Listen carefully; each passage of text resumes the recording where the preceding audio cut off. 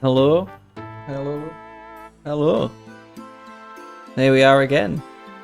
Back again.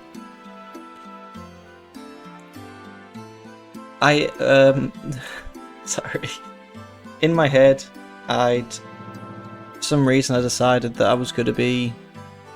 Like, I should have simmed this 4 days ahead, so we were actually at the TV shows. As opposed to at the point where we are now. But that's fine. So we're coming up to WCW Saturday Night, June 20th.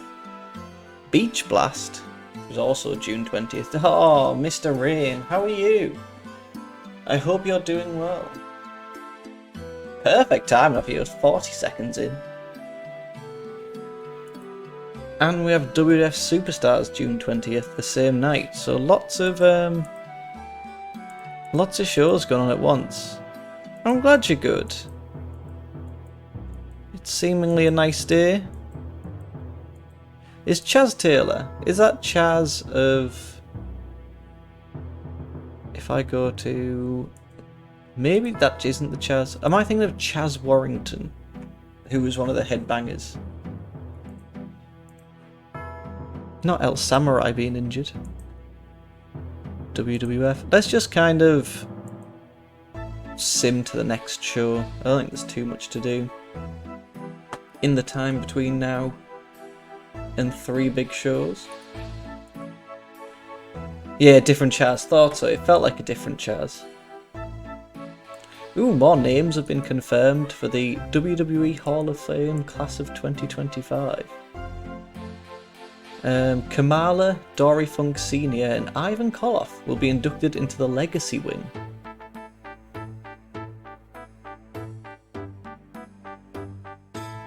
Triple H said, "Each of these performers left an incredible mark on the history of WWE.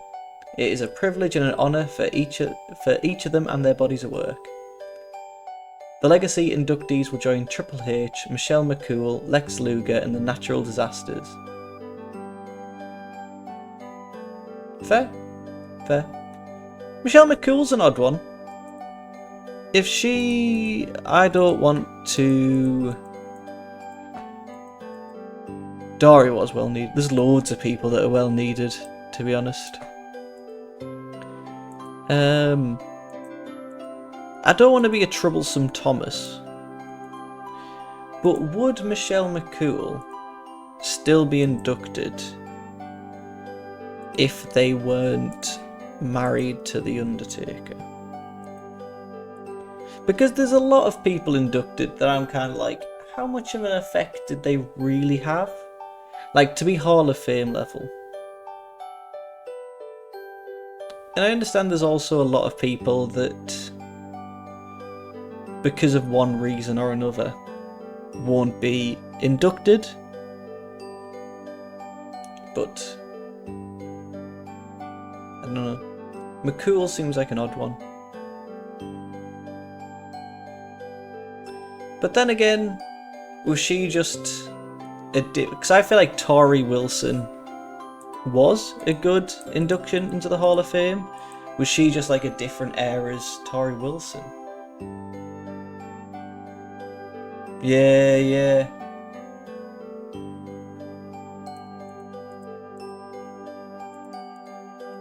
Wrestling's mad, like the whole like eras and people being around is mad when you think about it. Stan Lane and Cactus Jack getting on.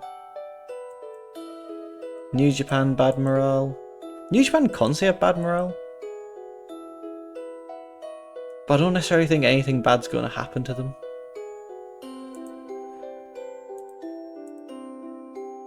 We can just carry on to the next show.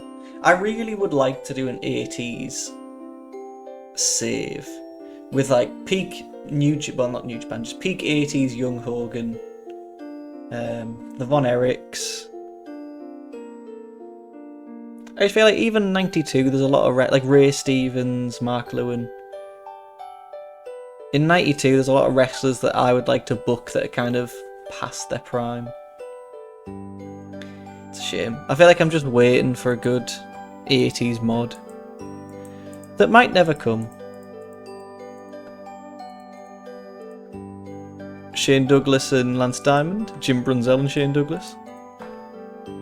Ooh, Scott Hall is one to watch. That's true. He is going to have Scott Hall's going to have a very good next, like, what, 9 years? So we have Beach Blast, Power Hour, and Saturday Night to book for WCW tonight. And on the WWF front, she already is Sensational Sherry, so we shouldn't necessarily have to give her the alter ego, sorry. I think we just have WF Superstars, because she was a star of modern wrestling. Oh, fair. I suppose I didn't really know that about McCool, so I can respect that.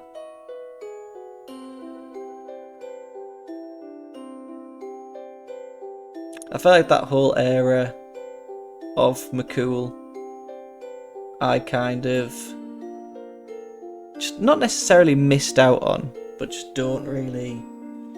I think I phased in and out between like anything after, God, 2009 to maybe 2013, 14. So that whole 5 years is just kind of lost on me.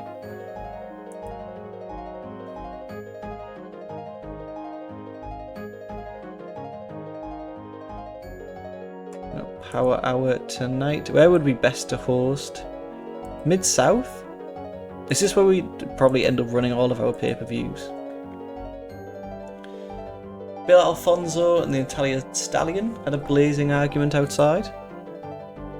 Anderson ran some drills. Anderson passed on tips to Joey Maggs. And to Eddie. Nice. A very respectable backstage incidents. Fair. I feel like I can get that.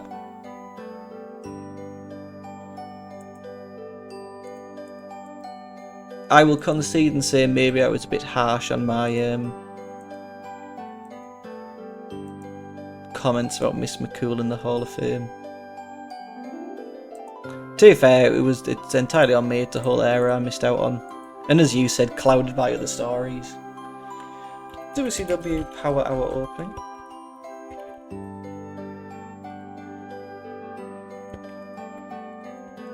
So hype, pre-taped video, just the usual gubbins.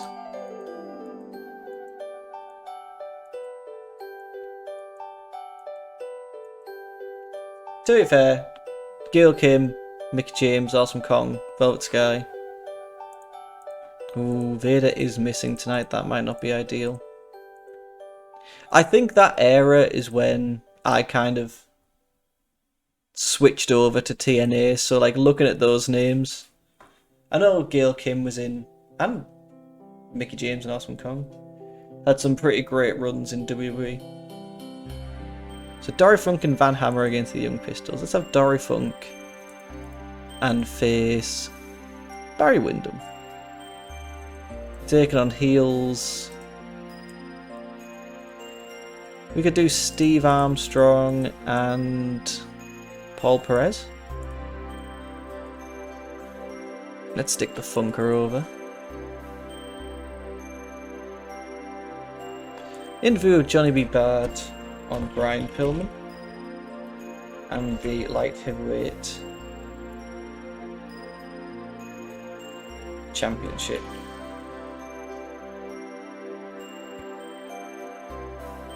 So let's have Eric as the interviewer, and then in the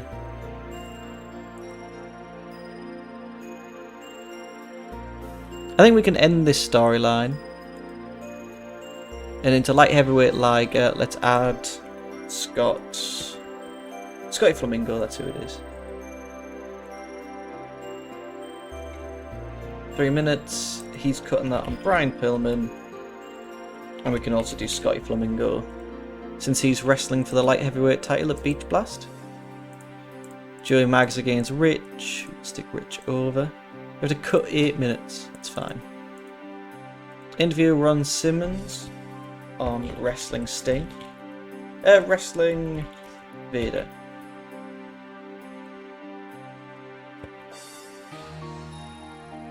Eric is the interviewer. Big Van off screen.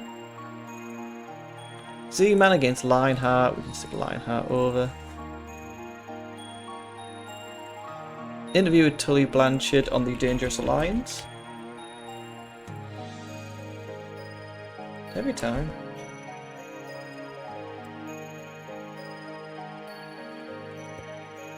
I would love to be able to book a good Karma stroke Awesome Kong WWE run. I think when was that? Was that 2011, 2012, 2010? It'd just be cool to be able to push them off screen a lot more. I think Zabisco's turning face anyway, but that's nice. Do we have Bischoff as the interviewer? Perfect. Buddy Landell and the Rock and Roll Express against Buddy Rose and the New Breed is quite a cool team actually. Let's stick them against Adam Flash, Brad Armstrong, Gino Caruso.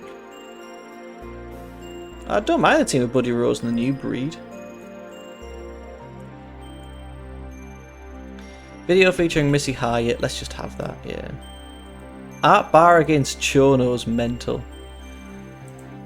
Let's instead stick Dean over heel Abdullah. Abdullah's retiring anyway, so it doesn't necessarily matter if he gets pissed off. And interview with Nikita on War Games and teaming with Sting. Nice. Put that on just Sting off screen. Eric is the interviewer. Easy. Book analysis just says Abdullah is annoyed. So we got the Power Hour opening. Barry Windham and Dory Funk defeated Stephen Perez when Funk pinned Perez with a pile driver. We got an interview with Johnny B. Bad and Pillman in the light heavyweight title. Thomas Rich defeated Joey Maggs in 229 with a sit-out suplex slam. Interview is Simmons on Wrestling Vader. Lionheart defeated Z-Man in 558 with a Lion Tamer. Interview with Tully on the Dangerous Alliance. Buddy Rose and the New Breed defeated Brad Armstrong, Adam Flash and Gino Caruso when Rose pinned Flash with a Las Vegas jackpot. Got a video featuring Missy Hyatt. And in the main event, Dean Malenko defeated Abdullah in 840 by pinfall. And we ended with an interview with Nikita on War Games and teaming with Sting. Now on to Saturday night. Book and team don't really need anything. Nothing in the locker room. Saturday nights, what's going on? Where is it? Here it is. WCW Saturday night. Let's start off straight away with the opening. 3 minutes, hype, pre-tape, the video. Stick everyone in as usual.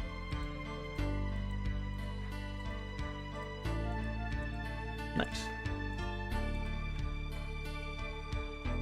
Your hosts are Jim Ross and Dusty Rhodes. Tonight's main event is Barry Windham defending the TV title against Steve Austin. So we start with Johnny B. Bad against Richard Morton. Bad gets the win in 2:15. Let's do heel, male. Where's Johnny B. Bad? Here he is, taking on face. Is Billy Robinson retiring? Yeah, 53 days. He can take on Billy Robinson. Stick Bad over. Johnny does an insert promo informing us he's going for the light heavyweight title. Because when he gets in the ring, he don't sit down, he get down. His words. So, bad. Insert promo. Foreman's has gone for the light heavyweight title. Let's just do Johnny B. Bad. Cutting a promo on Brian. Now the Steiner brothers against Bob Cook and John Peterson. You can presume who wins that one. So teams, the Steiners take on heel men Buddy Lee Parker and Rip Rogers. Let's stick Scott over.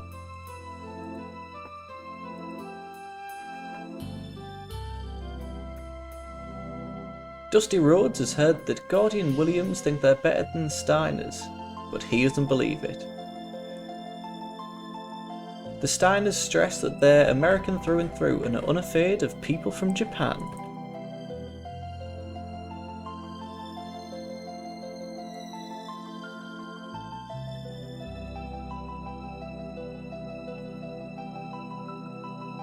That's Dusty, I guess character development.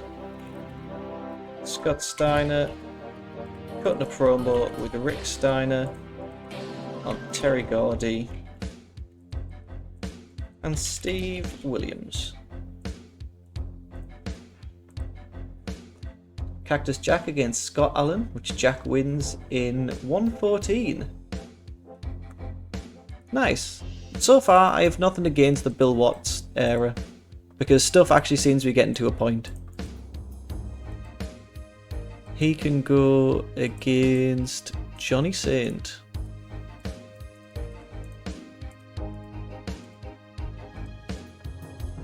Nice.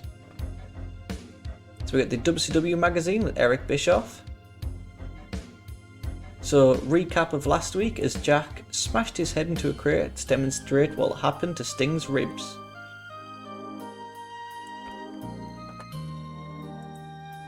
So, WCW magazine update with Eric Bischoff. Recap of last week as Jack smashed his own head into a crate to demonstrate what will happen to Sting's ribs. So I guess we can just have Eric as the interviewer, Cactus cutting a promo, and Sting. Medusa offers Nikita Koloff a place in the Dangerous Alliance, but he wants no part of it and would like to win Rick Rude's US title.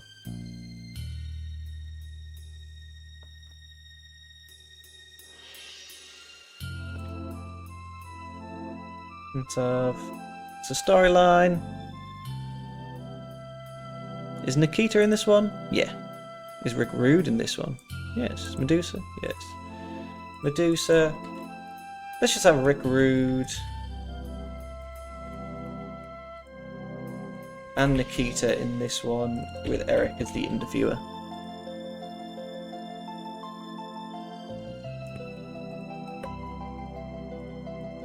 4 minutes should do. All's good. Nice. And then get the main event of Barry Windham against Steve Austin.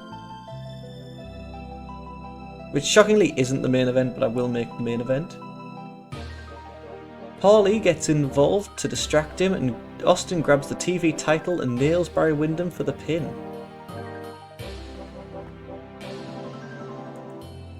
So it's Steve Austin against Barry Windham. I'm happy to make this a 20-minute main event. WCW World Television. Steve Austin, storytelling.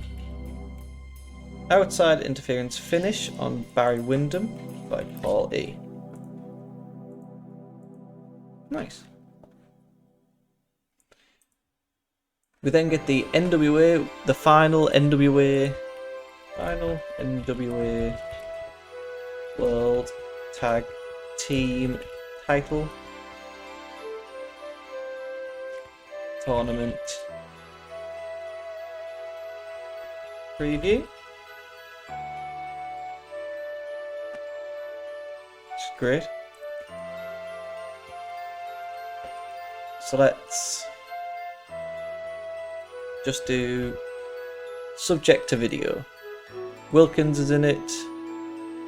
Yeah, it's fine, I'll change that. So is Silver King. Just going to say this for all of them. Pre-taped video.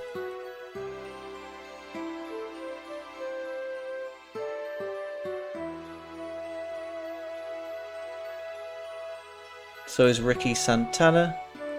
Isn't a video. It is a video? I'd have to save it.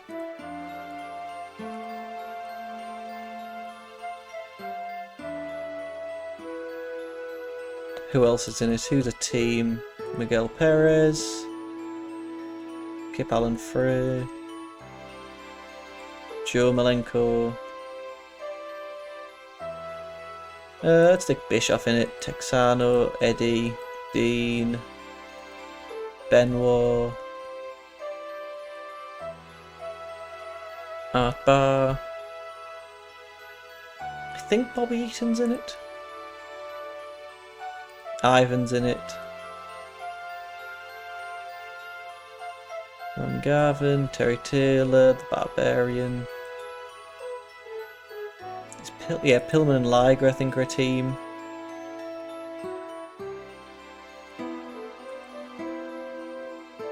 Bagwell's in it. I honestly just genuinely can't remember. Steve William and Terry Gordy are Steve William. I think the Steiners are. I think Arn Anderson is. Barry, Dustin. I think Rick Rude and Steamboat is. I don't think Sting is. That seems close enough. Dusty Rhodes has Arn Anderson with him, and AA is focused on Sting's world title from now on.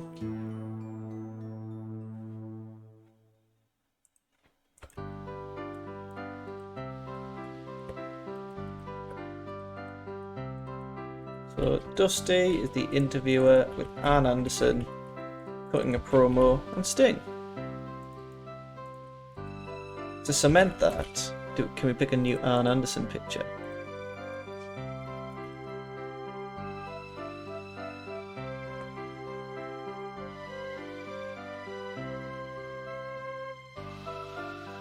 I like an Anderson with hair and a jacket.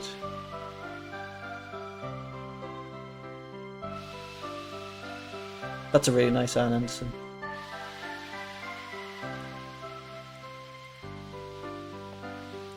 Nice. Then we have Greg Valentine against the Z-Man, which lasts 12 minutes. Valentine hits him with a forearm and pins him in 12:28.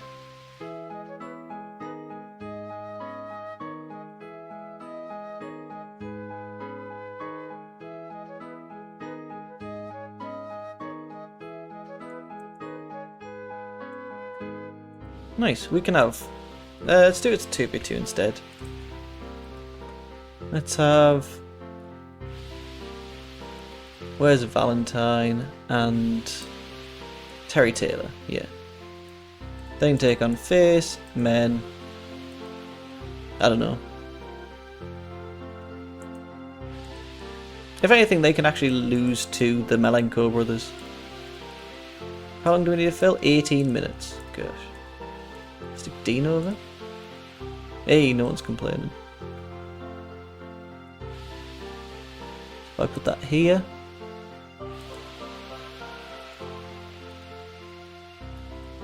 Put that here. Put that here.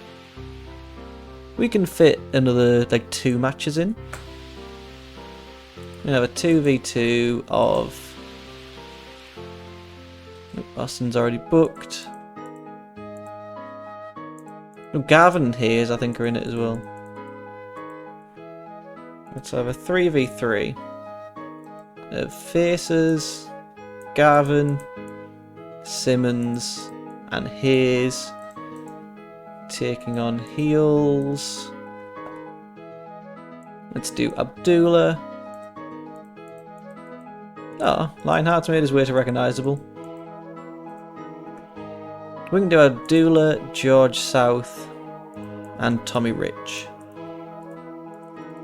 That feels like a solid enough team to me. Happy sticking Ron Simmons over. Ooh, who's the staff member? Michael Hayes, that's fine. Mike Graham. And how long do we have? A couple of minutes. I'm fine with a quick... Steve Williams and Terry Gordy, different sides. Not sure what they should be. I feel like maybe heels.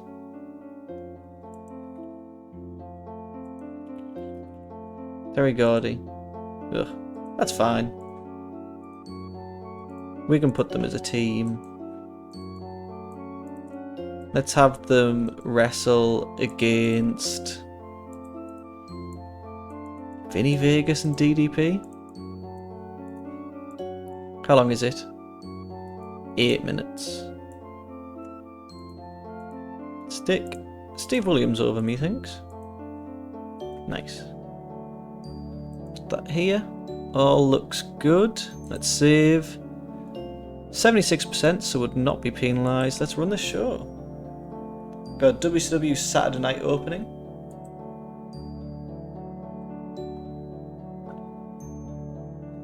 In a decent match, Johnny B. Bad defeated Billy Robinson in 10 minutes by pinfall with a Wild Thing.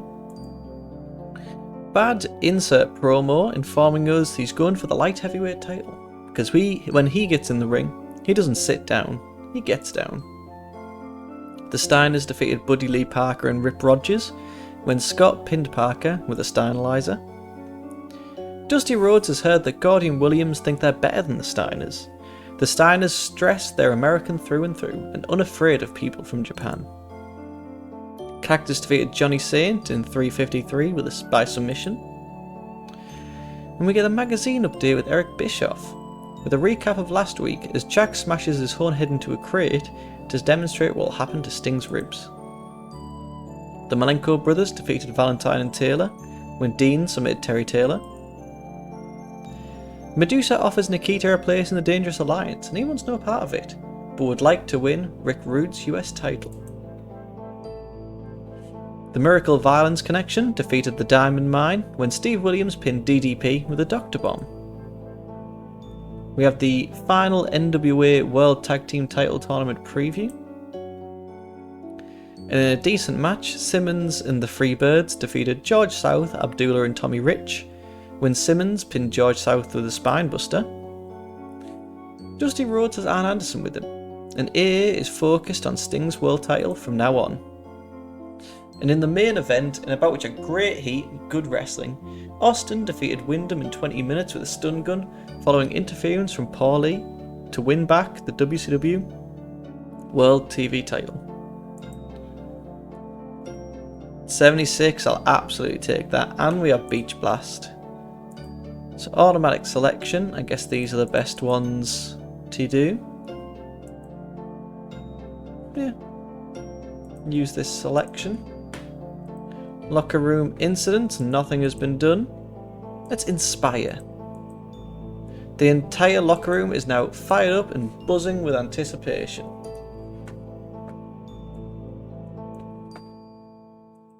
As usual, we have WCW Beach Blast 1992 opening. 4 minutes.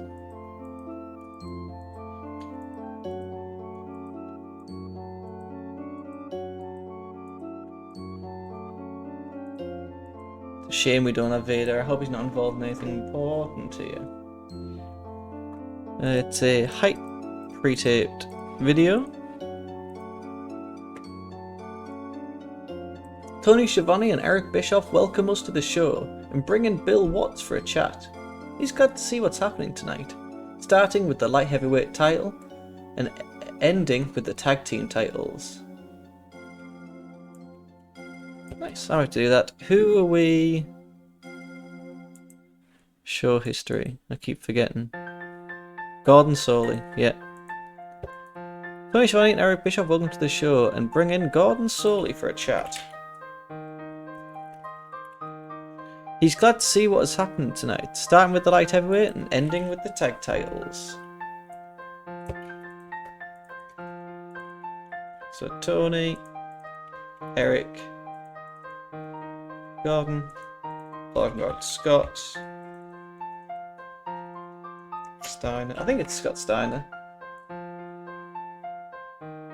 Yeah, Steiner's against Gordian Williams.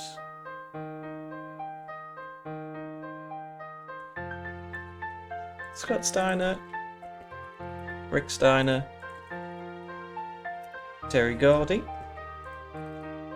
Steve Williams. He starts off with the light heavyweight, which is Scotty Flamingo, against Brian Pillman. Nice.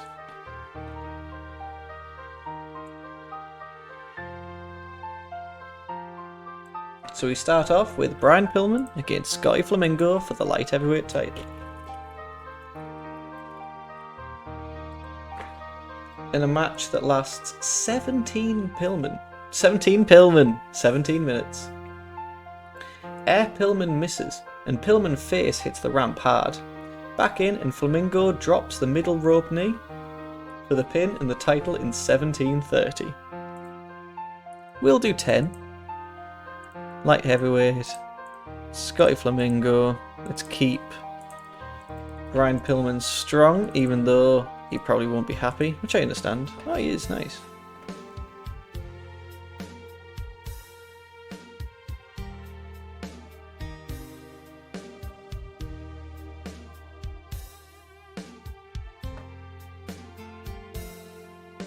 So after that, we have Johnny B. Bad hosting a bikini contest, which I'm not going to do. So instead, it's an ad for the Great American Bash with Sting vs Vader and a lot of tag matches. Many and NWA Tag Team Title Tournament.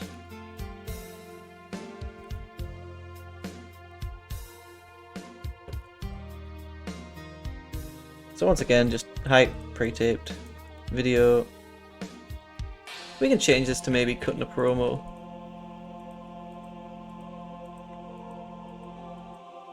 If Jake Roberts doesn't debut soon, I'm not sure what I'm going to do with him. Though he could do the different picture. Just to get him ready for his debut. I do like that one.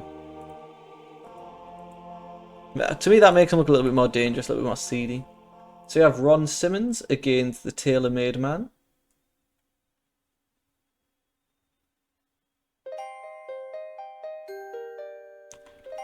The chin lock with a knee in the back has Simmons in trouble, but he fights back with the spine buster.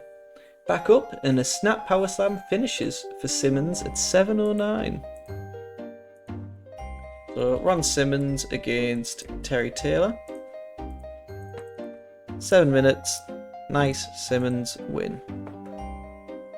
Post-match, Simmons says his goal to be is the best he can be.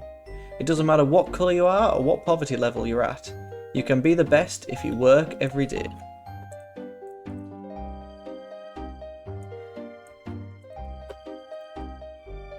So Eric is the interviewer. Let's have Ron Simmons putting a promo on Sting and Vader. Nice.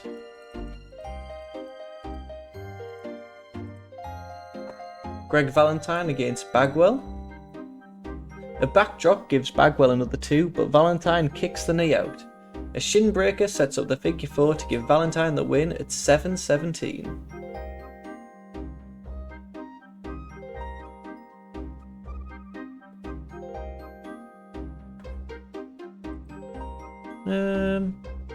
I'm happy to do that, but I might stick Bagwell over Greg.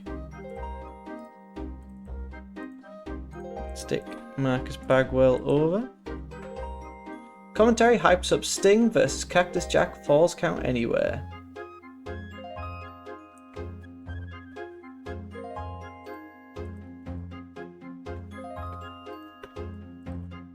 Eric, Tony Schiavone and Jim Ross talking about Sting and Cactus.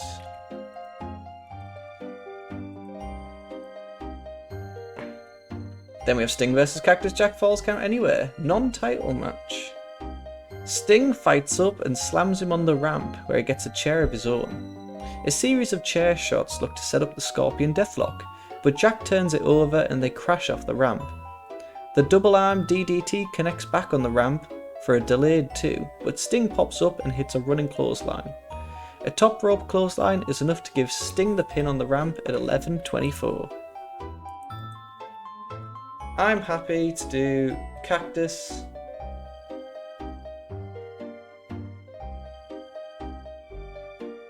against Sting. I probably won't make it a title match, to be honest. Do we have any other Sting bitches?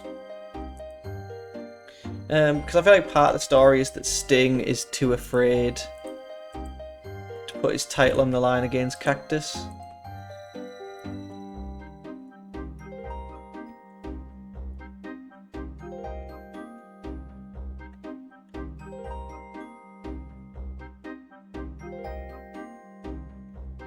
Yeah, I actually quite liked that one. Sting against Cactus. 15 minutes should do. Sting over. Let's do a crazy bump for Cactus. Oh, is he not? Stump bump for them both then. Nice. Toy and Eric preview the Iron Man match.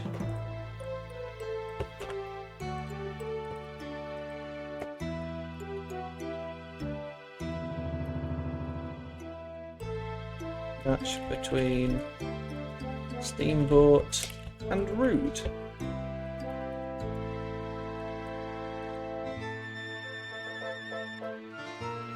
So let's have Tony Schiavone and Eric Bischoff. Character development on Rick Rude and Ricky Steamboat. Yes. So a 30-minute Iron Man match and Rude's US title is not on the line.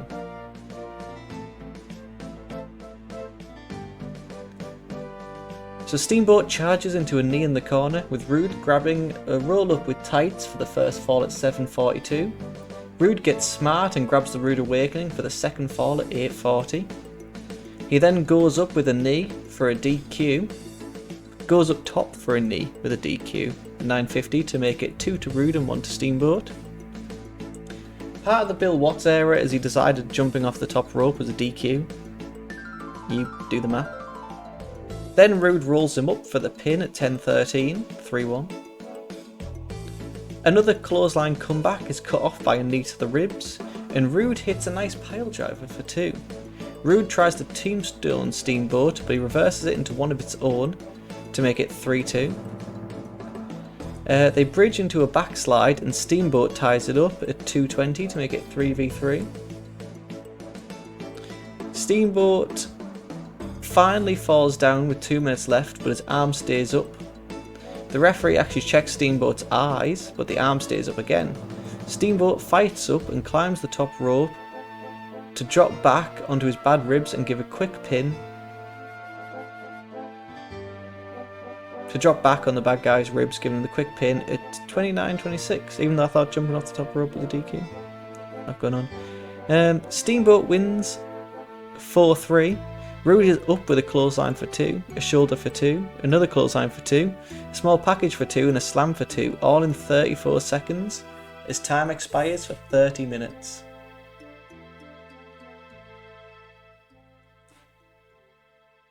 Whole lot going on there. So if I search, do we have an Iron Man match? 30 minutes. Rick Rude against Ricky Steamboat. 30 minutes. Ricky Steamboat wins to make storytelling. We can keep Rick Rude strong. Oh, I'd rather not. I can.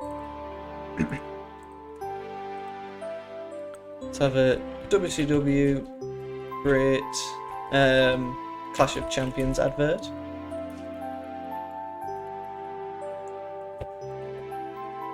because instead we have round 2 of the bikini contest. Right, pre-taped video.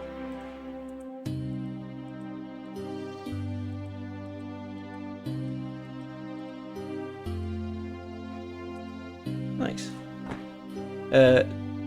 Dustin, Wyndham and Nikita take on the dangerous alliance of Austin, Ann and Bobby. Everything breaks down and Wyndham hits the superplex on Austin, but Ann makes the save by coming off the top with a DQ. Post-match, the fight continues with the alliance being cleared out.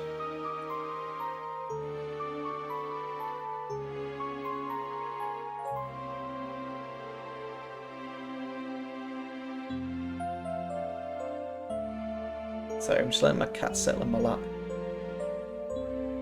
She decided against it in the end. That's okay. So it's a 3v3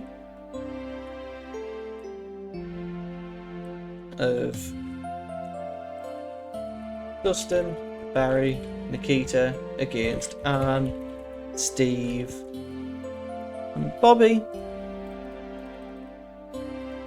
13 minutes should do. Let's stick Dustin Rhodes over. It's a DQ finish. Nice. Post-match, the fight continues with the alliance being cleared out. Just up Dustin,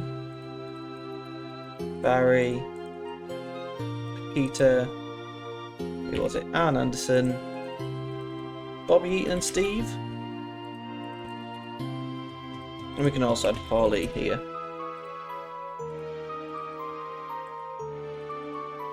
Nice.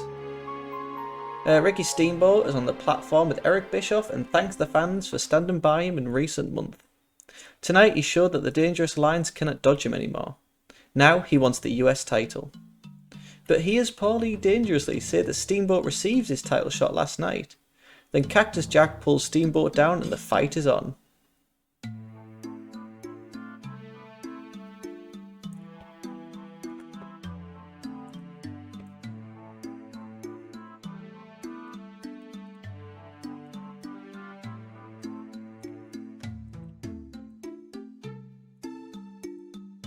Oh, sorry, Paulie. Now he wants the US title, but here is Paulie to say Steamboat has received his last title shot. So Eric is the interviewer. Cactus, I guess character development.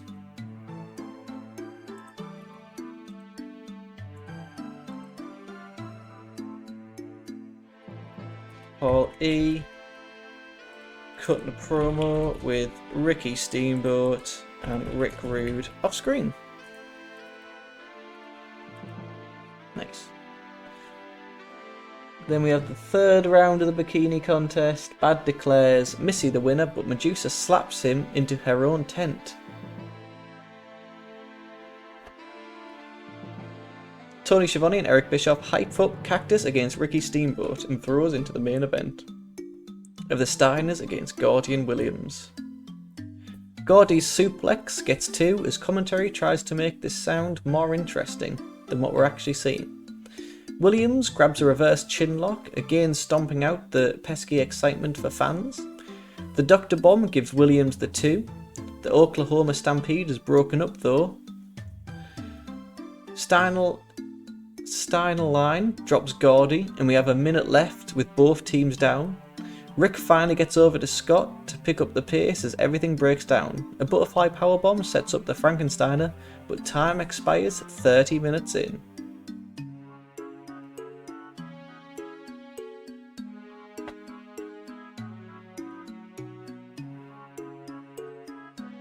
Nice. So 2v2, Steiners against Miracle Violence Connection with an ending and a draw.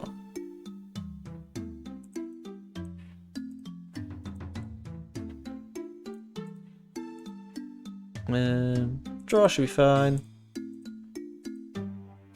Nice.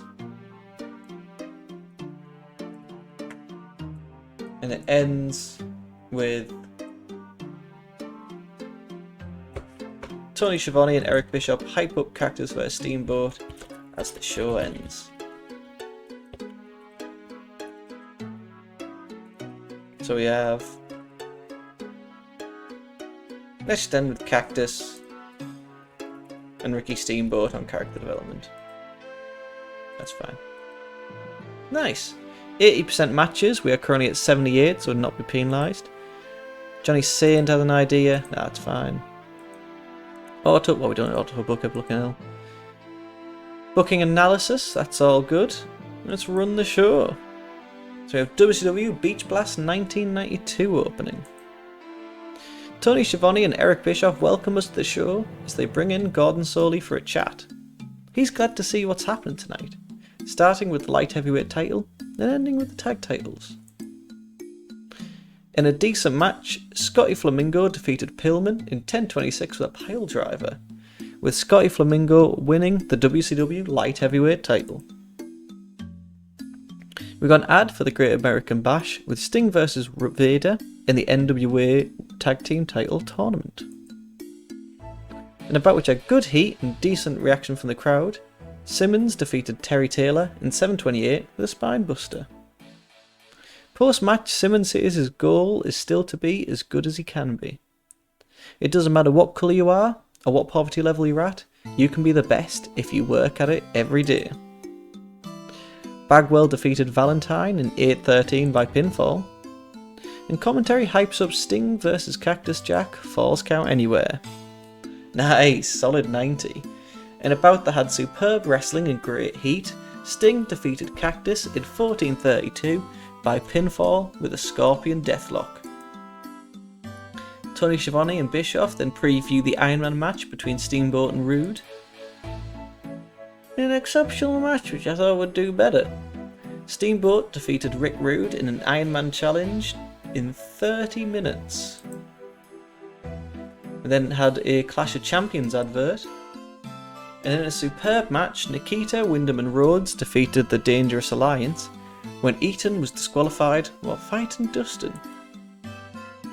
Post-match, the fight continues with the Alliance being cleaned out. Steamboat is on the platform with Bischoff to thank the fans for standing by him in recent months, but now he wants the US title. But here's Paul E to say that Steamboat has received his last title shot.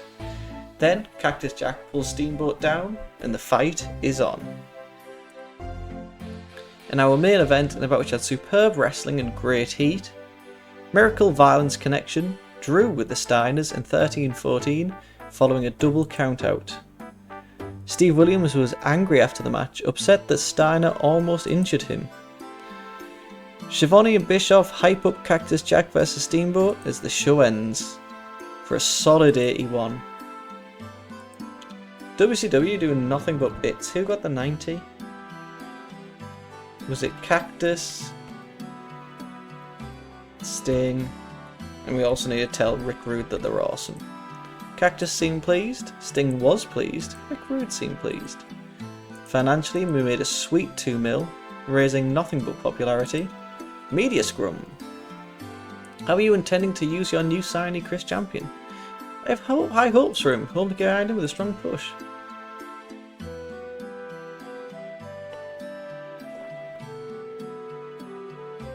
Do you have any comments about the recent news that Alexandra York is expecting a baby? It's great news, I'm pleased for her. We're rapidly approaching the last match for Jimmy Valiant. What are your thoughts on him? I'm sure that he'll bow out in style. How are you intending to use your new sign, Sean Royal? Hopes for him, strong push. Looking at your competition, do you have any comments to make about Vince McMahon, the owner of the WWF?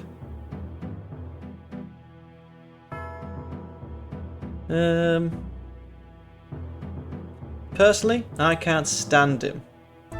Hehehe. Are you concerned by the off night that Bagwell had?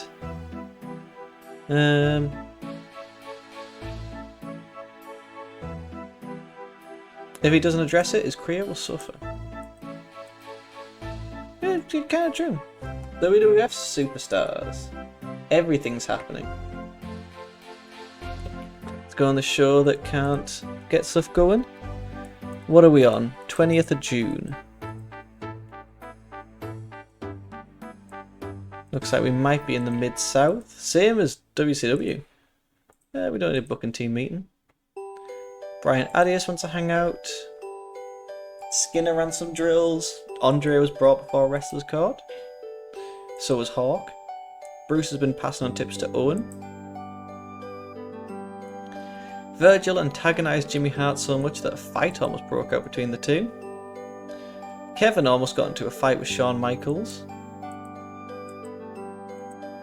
To be honest, as far as things go, not too bad. Team bonding? Nothing but new tensions.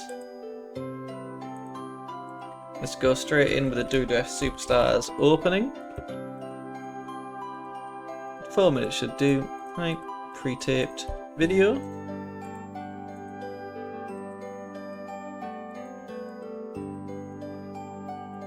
Who are our stars? Just more or less the usual.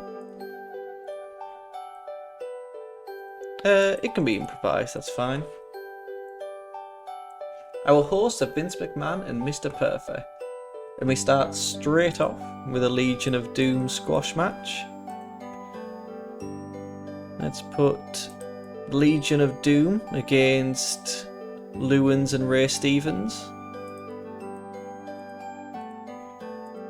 Let's stick Animal over. Hook. No. Stick Pat Patterson. We hear from the Beverleys and the Genius in an insert promo as they say LOD celebrate Mother's Day on Father's Day because they paint their faces with makeup stolen from their mothers. Thanks, guys. Beverly Brothers and the Genius promo.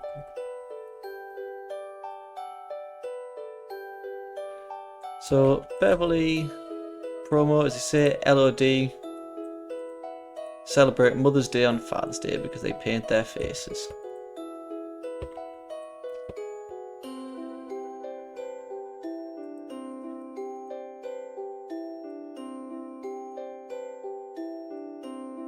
Beverly say LOD in their faces. That's a Blake. Cutting a promo with Bo and the Genius on Animal character development and Hawk. 3 minutes should do. We get the WWF update with Gene Oakland. This shows us clips of the NT Arena interview with Randy Savage that aired last week. After, we hear from Flair and Perfect. They tell Savage he can say anything he wants, but it's Flair's destiny to become champion again.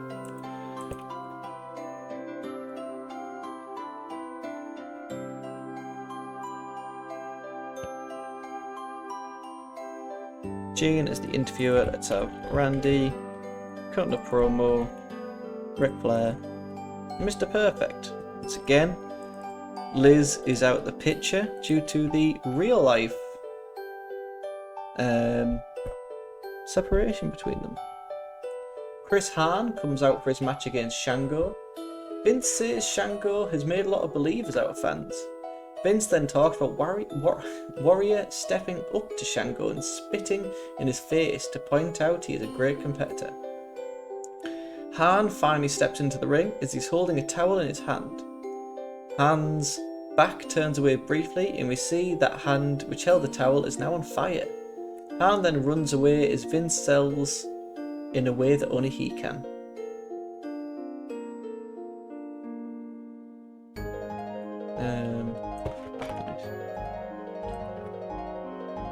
So instead of Chris Hahn, should we do Barry Horowitz? Horowitz comes out for his match against Papa Shango. Vince talks about Warrior stepping up to Shango and spitting in his face to point out he's a great competitor. Barry steps into the ring as he's holding the towel in his hand. Horowitz back turns away briefly, then we see the hand which held the towel is now on fire. Come on. I thought there was an acting one. Selling an injury. So Papa Shango, I guess, cutting a promo, and the Ultimate Warrior. Vince the interviewer. That's basically what this kind of boils down to. Papa Shango's curse sets Barry Horowitz hand on fire before their match. Nice. We got Sergeant Slaughter against Red Tyler. Where is he? There he is. Take on heel, male, Skinner.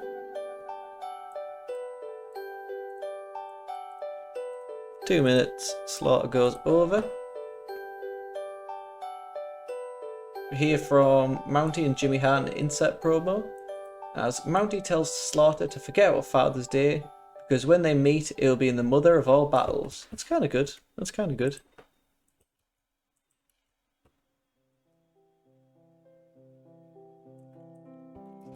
That war. It's fine. Let's have the Mountie cutting a promo with Jimmy Hart on Sergeant Slaughter.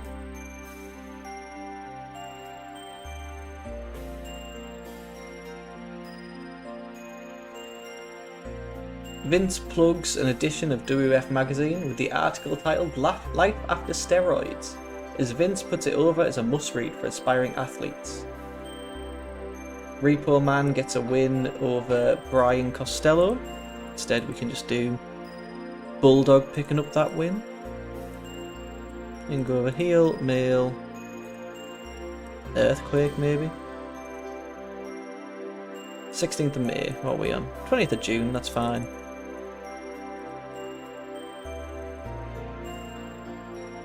Crush takes on the Brooklyn Brawler.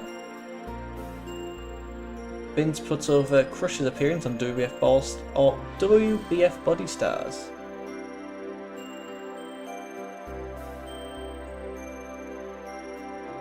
Nice. Let's have a quick Crush match. Kenny Kendall. How is his popularity going? If we track progress. It's going very well. Just needs more wins. Is anyone now recognisable? He can take on Hillbilly Jim. 4 minutes should do. Stick Kendall over. Gene Oakland welcomes Shawn Michaels and Sherry to the interview platform. Sherry comes out with a mirror and asks who the sexiest man in the land, as Shawn looks into the mirror. Oakland calls out Shawn for being vain, but Shawn keeps putting over his looks as the back of his vest reads, "I'm too sexy for this crowd." Shawn then says, besides being the sexiest and hottest man in the WWF, he also looks into the mirror and sees the next IC champion. Oakland asks Shawn about Brett and having the opportunity to become champion, and should worry about that. But Shawn laughs at the notion of worrying about Brett, and that next he will see his own reflection in the IC title.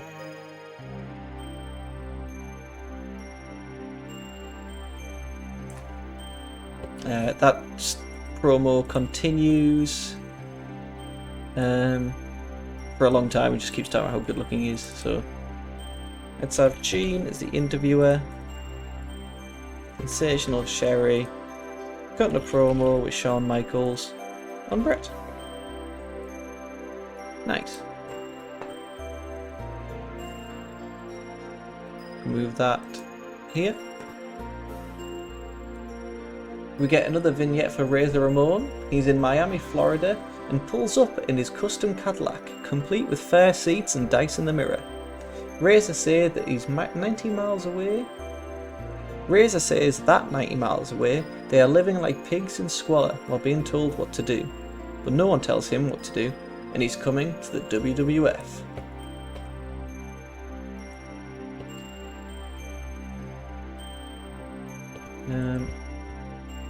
Razor Ramon says he's coming to the WWF. Once again, Vince the interviewer, let's do Razor cutting a promo. Gilberg takes on The Undertaker. After the match, Gil is stuffed into a body bag. So The Undertaker taking on heel, male, Bill Tab.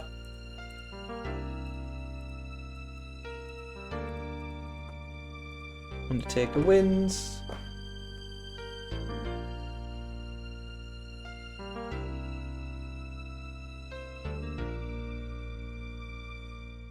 No kind of berserker promo in there. We now get highlights of the WWF pay-per-view. We are shown a clip of Lex Luger recuperating in hospital before we get highlights of the bodybuilding pay-per-view. How was Lex Luger in? Why was Lex in hospital?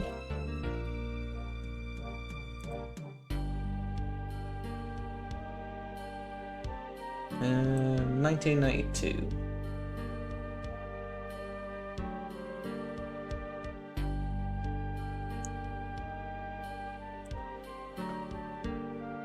Luger negotiated a departure from WCW and joined the World Bodybuilding Federation, appearing regularly as co-host on its Saturday morning show.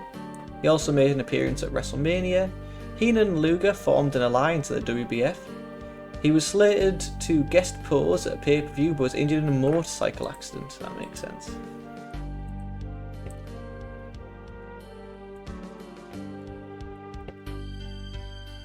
So Vince, interviewer, let's have Bobby Heenan cutting a promo with Lex. Where's Lex? Let's stick him with Bobby Heenan, and we can change his picture. Lex Luger, 1992. Yeah.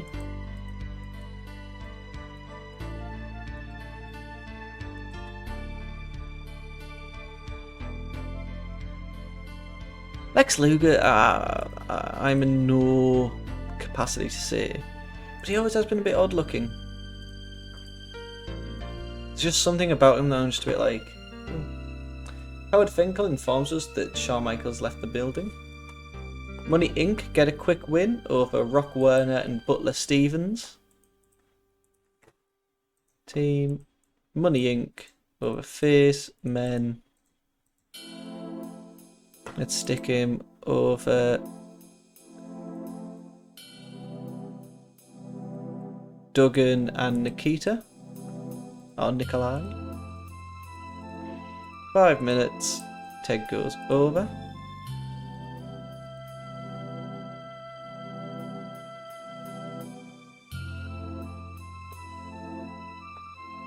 Money Inc. and Hart are shown an inside promo tossing around money. Don't really care too much about that. That's the end of the show.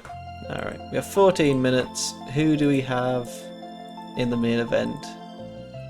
Let's have Sid against Warrior. Big match, big match. 15 minutes. It's a draw, storytelling. Double DQ. Where's double DQ? There it is. Interference on Warrior by Shango. No, in fact, just a DQ finish should be fine.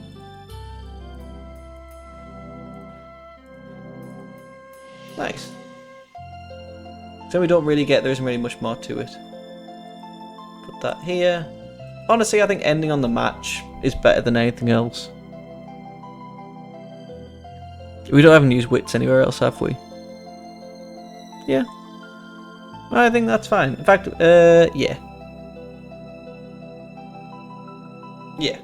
What does book analysis say? Hillbilly Jim's unhappy. That's fair. Let's run the Superstars. We get the WWF Superstars opening. Legion of Doom defeated Lewin and Stevens after Animal pinned Maniac Mark with a Doomsday device. The Beverly Brothers and the Genius promo, as they say, LOD celebrate Mother's Day and Father's Day because they paint their faces with makeup stolen from their mothers. Horowitz comes out for his match against Shango. Barry steps into the ring as he's holding a towel in his hand. Wit's back turns away briefly as we see the hand which held the towel is now on fire. An extremely short match, Slaughter defeated Skinner in 132 with a Cobra Clutch. The Mountie tells Slaughter to forget about Father's Day, because when they meet, they'll be the mother of all battles. Good heat and decent wrestling, Bulldog defeated Earthquake in 531 by submission. We get the update with Gene Oakland. We are shown clips of the empty arena interview with Savage. We then hear from Flair and Perfect, as they tell Savage he can say anything he wants, but it's Flair's destiny to become champion once again. Kenny Kendall defeated Hillbilly Jim in 413 by submission. And Oakland welcomes Shawn and Sherry to the interview platform. Shawn says besides being the sexiest and hottest man in the WWF, he also looks in the mirror and sees the next IC champion.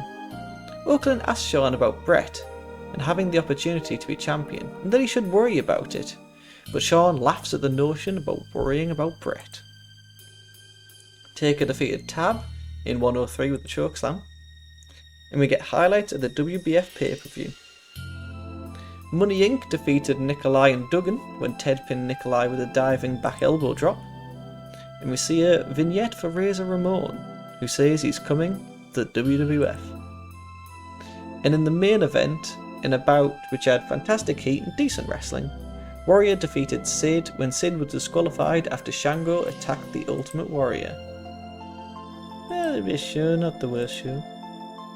Could have definitely been better. Could have also definitely been worse. The WCW are destroying this war at the moment between the two teams.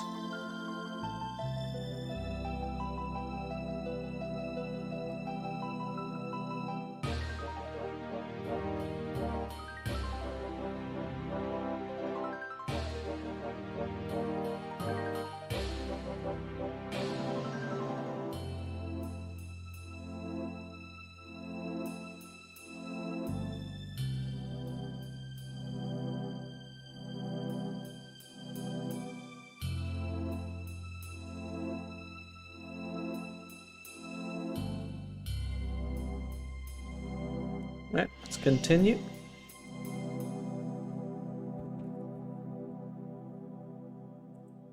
Beach Blast. The feedback has been excellent. Saturday night, great, drew a lot of praise.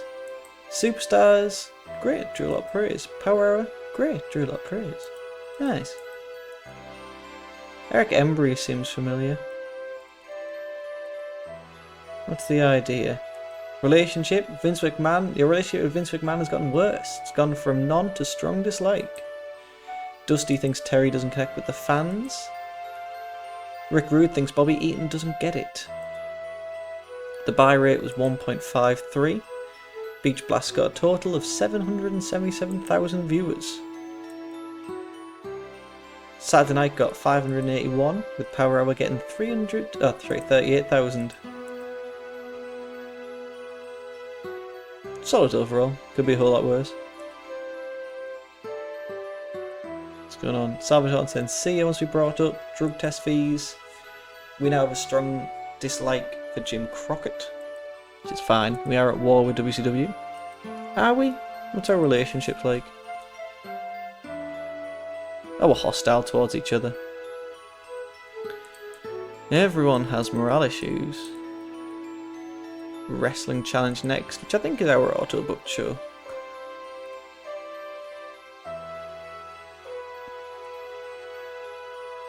No one gets the night. Oh, main event. WCW main event 1992.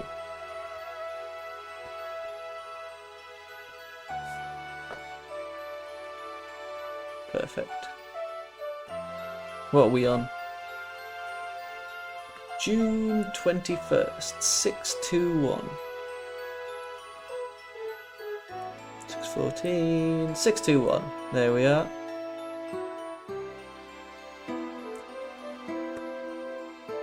Where were we last? 7th of June. 14th. 19th of April then. We're at the Rahway Recreation Centre. Bad Crew can show up, that's fine with me. Vinny Vegas has a creative finish, Bischoff has an angle, Alfonso was fun to be around, so was Bagwell. And ran some drills. Let's do some team bonding. Strengthen the relationship between everyone. This is a real locker room. So main event. The only match we actually have is Arn Anderson defeating Tom Campbell with a spinebuster in 137. So Arn can go over base. Let's put him over Bart Vale. I'd like Bart Vale to get a win. Put him over Tim Bossman.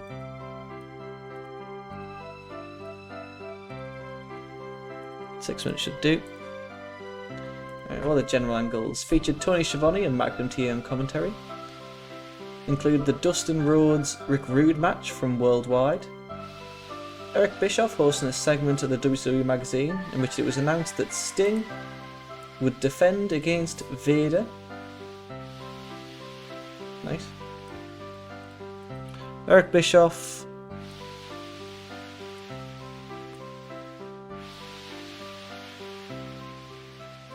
on WCW magazine announcing WCW World Champion Sting would defend against Vader. Nice. Eric is the interviewer. Sting putting a promo about Big Van. He's not here, so let's stick him off screen. Footage of Steve Austin regaining the title from Barry Windham. Nice, happy with that.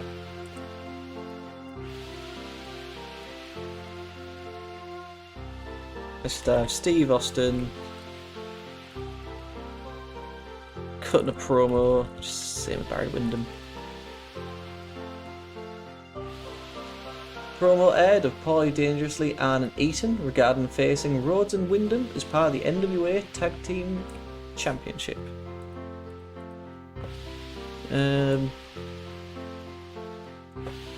Promo from Paulie and Eaton regarding facing Rhodes and Windham.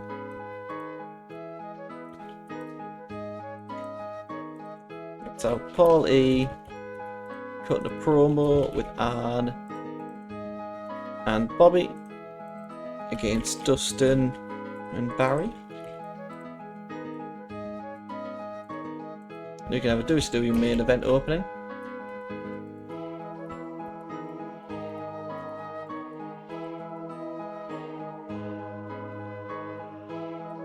Ugh, a little tired. Back to Merc tomorrow. Looking forward to that. Not really, I'm really desperately trying to get a new job. Hoping to be out by next week, or have a new job by next week. Let's see how that affects streaming.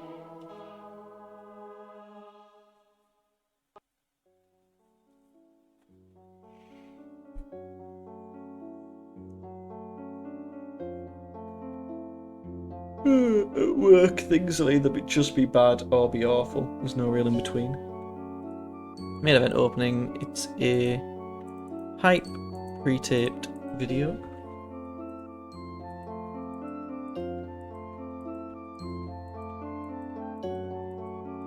Nice, just add these guys. What else do we have? Promo from Ricky Steamboat and Nikita regarding their upcoming match against Dean and Joe Malenko.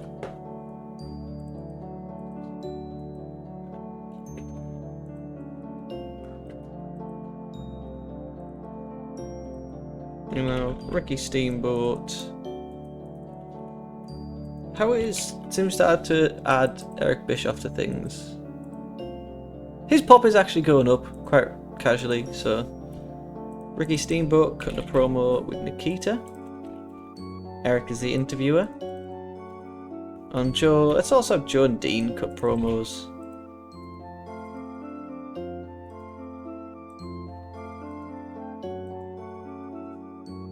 Segment of the Ross Report in which Jim Ross questioned Cactus Jack. Jim Ross questioned Cactus Jack as to why he attacked Steamboat at Beach Blast after Steamboat's match with Rude, during which it was noted that a match had been signed between Cactus and Steamboat. Nice.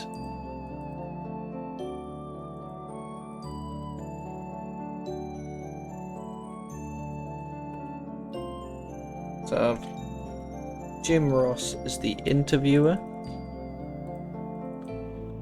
with Cactus cutting a promo on Ricky Steamboat off screen. Nice, now we just need to fill this with matches.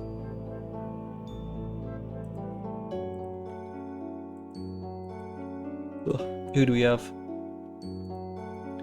Let's have Dean and Joe. In fact, do a triple threat. Dean, Bart and Joe taking on heels. Who can we fit in? Let's do Abdullah, Bob Cook and Pat Rose. 5 minutes. Again, let's just stick Dean over.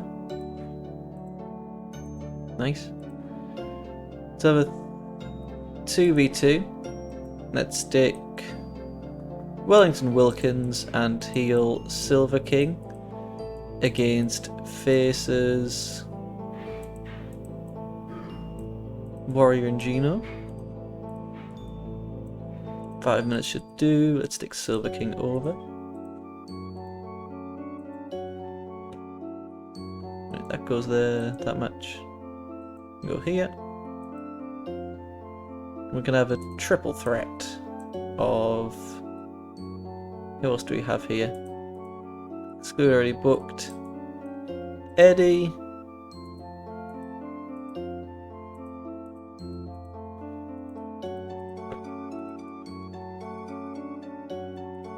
Taylor. And... I don't know.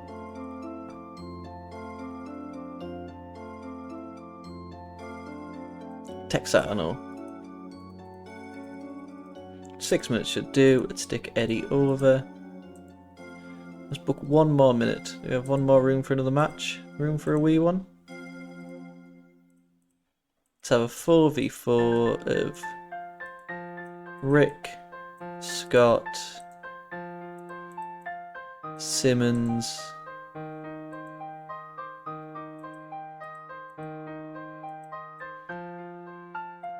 and Williams. Simmons and Pillman against heels Armstrong, Parker, Rogers, and Perez. 5 minutes and we'll stick Farouk over. Perfect. Solid little main event. Let's run this show. So we've got the WCW main event opening. Bart Vale and the Malenko brothers defeated Bob Cook, Abdullah and Pat Rose when Dean pinned Bob Cook.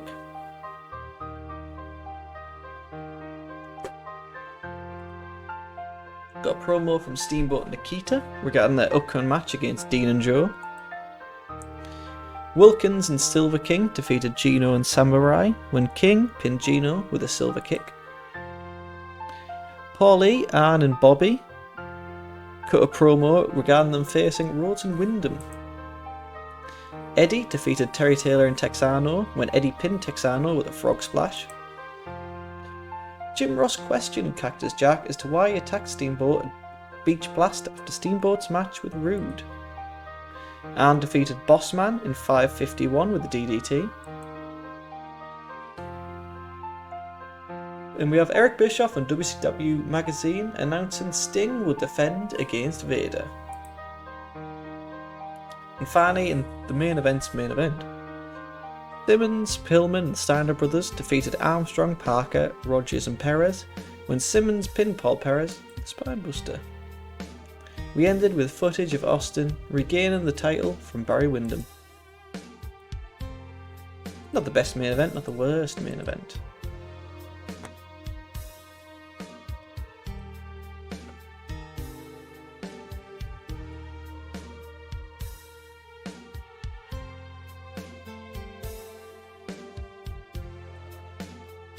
Now we have Wrestling Challenge. Where are we? It's Sunday, so I think we're still in the Mid-South. Lance, no, I won't allow it. Sean Simpson, yes you can. Skinner ran some drills, some heat between Typhoon and Gurria. Berserker almost got into an argument with Gurria. Bruce wasn't happy with Gurria. Dynamite Kid had a clash with Gurria. LBJ. Duggan was brought before a wrestler's court. Linda passed on tips to Shane. Bloody hell, nothing could be going worse.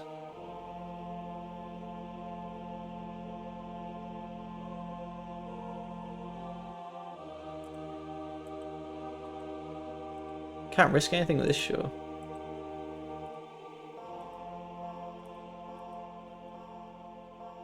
Why are they out? I understand why they're angry.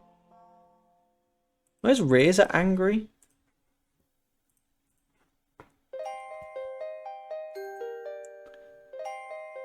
So the toxic and dealing with an unhappy morale officer.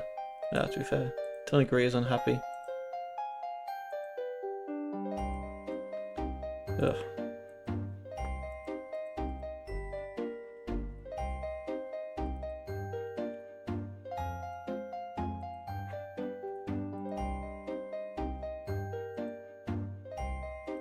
Razor to give you a bonus of, well, it's on your contract, 9 grand. Not too bad.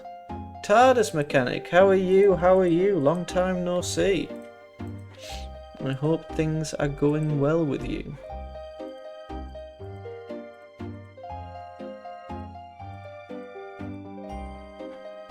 Nice. How does that affect the backstage? It's now average. I'll take average. Nothing needs to be great. Your contract at 25.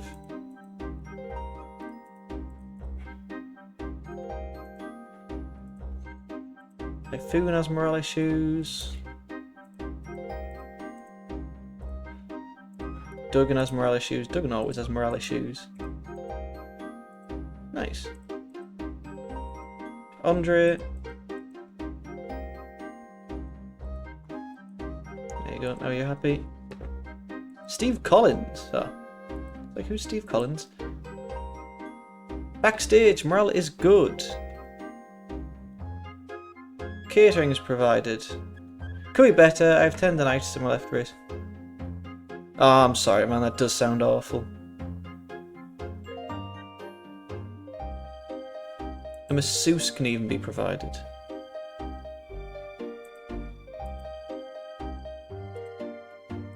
Yeah, I'm sorry, man. That sounds awful. I hope you... How long is that meant to last? Or is it something you now just kind of have to deal with?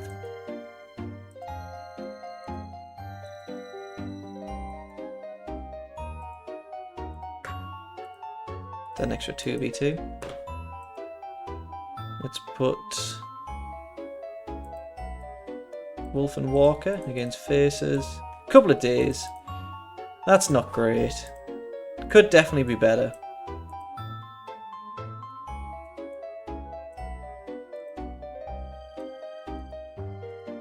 Sorry to hear that, brother.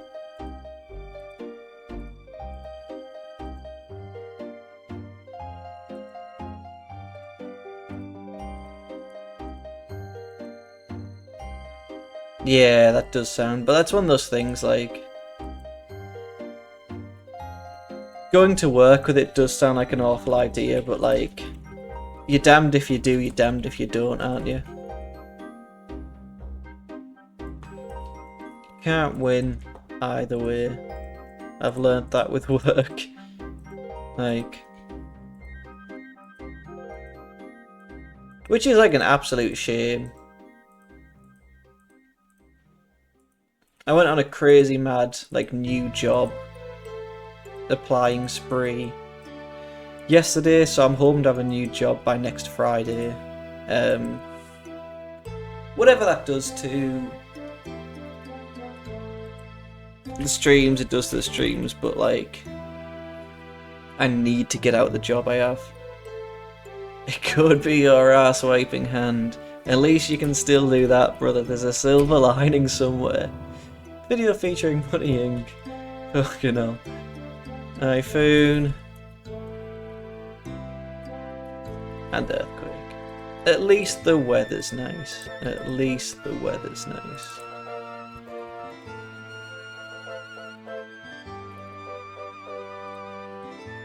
I keep telling myself, like, no matter how like horrible things get, the weather's nice, it's relatively warm.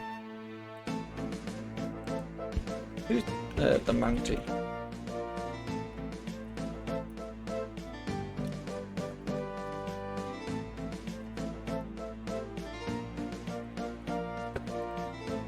Jimmy Hart cutting a promo, the mountie cutting a promo. Sergeant Slaughter off screen. How is Vince's popularity going? Oh, it's definitely raising. We needed that. Does she know? Oh, Jimmy Hart's unhappy.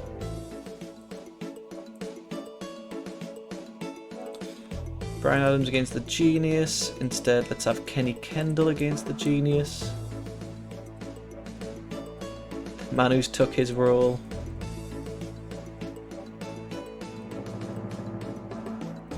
Interview with Animal and Hart on the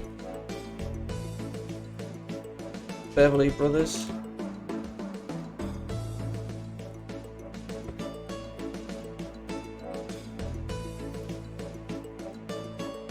So Blake and Bo. Vince interviewer. Skinner and the Nasty Boys can lose to Danko, Barishnikov, and Bulldog. Stick the Boo Man over. Interview with the Beverly Brothers, who call LOD sissies, as they seem to keep doing in all of their promos. I like this playthrough because nothing you're doing is wildly outside of what WWF might have done. Yeah, I was literally just feeling that myself. Like, as I was booking that video featuring Money Inc., Typhoon and Earthquake, I was like, who can I, like, bring in to feud with Money Inc.? And then I was like, oh, who did IRS wrestle in Japan? And I was like, who could I bring in? Like, is it worth bringing, I don't know, Johnny Ace and Kenta? And I was like, but that's not like... I like to keep things historically accurate. Like, I don't want, I don't know, Inoki against Giant Baba headlining WrestleMania for the WWF World title. Like, I like, as shit as sometimes as it is, booking WWF, I much prefer the realism of, like, trying to build up this Crush character than, like, min-maxing the game to get everything out of it. Like, I'm happy that us as WWF has fell from big to medium, because that's what happened in real life, and yeah, I like to keep it real.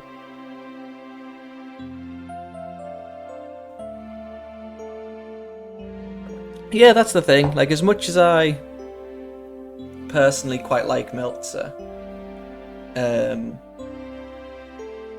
like, just because he's giving out 5-star matches to people doesn't mean I need to have them running fucking wrestling challenge to 100 people. And with that said, like, we've had some bangers. Like, I don't know, give me a second. Oh, cutting a promo with Blake. Book that. So we have what? Our top 100 events, WrestleMania 81. Like, these are solid. These are fine. But if we go to matches, like, we got a 99 for Savage against Flair, an 85 for Flair against Slaughter. Like, this is what I like to see. Like, Hogan and Sid against Flair and Taker by DQ, our third best match. Like, to me, there's nothing really here that's outlandish.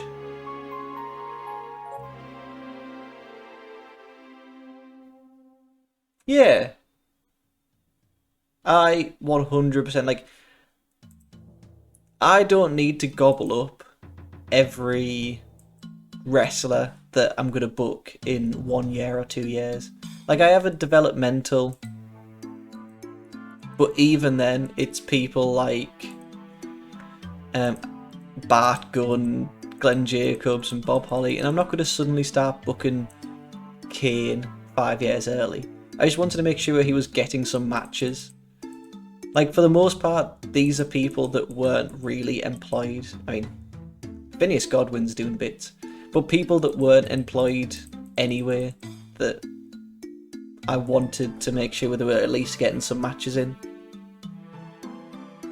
I think that's why I book WWF and WCW, or why I book WWE and AEW, is because I understand people like hiring a lot of wrestlers from Japan, because to a degree I feel like you're missing out when you see New Japan doing well and being like, oh, it would be cool to book, I don't know, Taka Michinoku against Great Sasuke. Could have picked anyone. Could have absolutely picked anyone. Yeah, seeing that and being like, I want to book that. Bakun, I was very solid. Bakun deserves the world. He was, like, what's it called? Done dirty by the Brawl for All. But anyway. Yeah, so I always get that feeling of missing out. So which is why I book two companies that I'd mostly want to book. And even now I'm doing this and I'm like, I could be booking my own promotion in 1992 at the same time. So I like to keep things historical and realistic and fun while putting my own spin on it. Like we didn't need Dominic DeNucci managing two random Russians or Dynamite Kid making his way back to the promotion, but it's not out the realm. It's not completely like wild. Speaking of wild, let's have the Berserker beat. Yeah, that also would have been cool. Billy and Bart Gunn had a great look together, especially with Sonny. Interview with Lex, that's fine. Let's have Bobby also cutting a promo with him. It's the interview. It's the same now, like I've got Lex, I could have him fill the gap that's needed to wrestle Ultimate Warrior or Sid. But no, I'm happy having him just wait.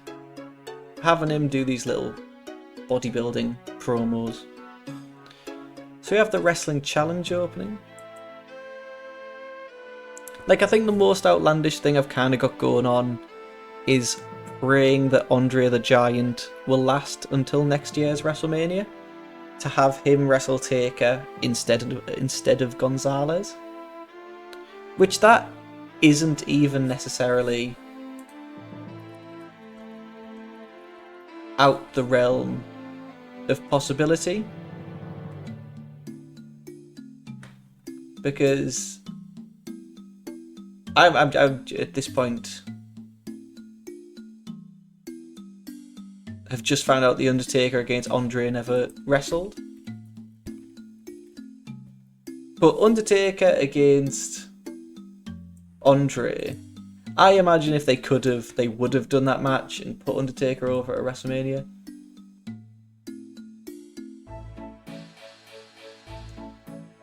In October 1990, Undertaker signed with WWF. I think, well, obviously Andre had very much declined by 1990, but when was he last in? Sorry, 1990, Andre was at Herb Abrams' UWF.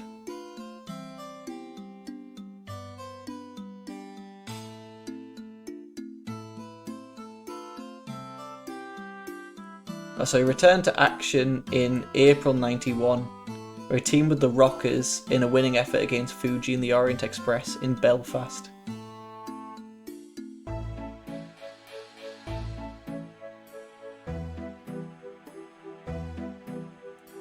That's fair. I'm shocked he never got anything going with Taker.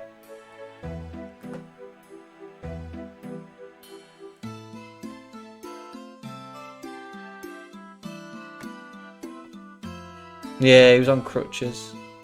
Though he did go to wrestling All Japan and UWA, so... I think Lou got bum deal too.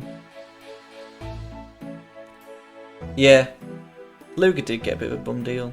Though I never really clung to him in any promotion Luger was in. He just, like, never did anything for me. But this is coming from a guy who was a big mark for the Ultimate Warrior.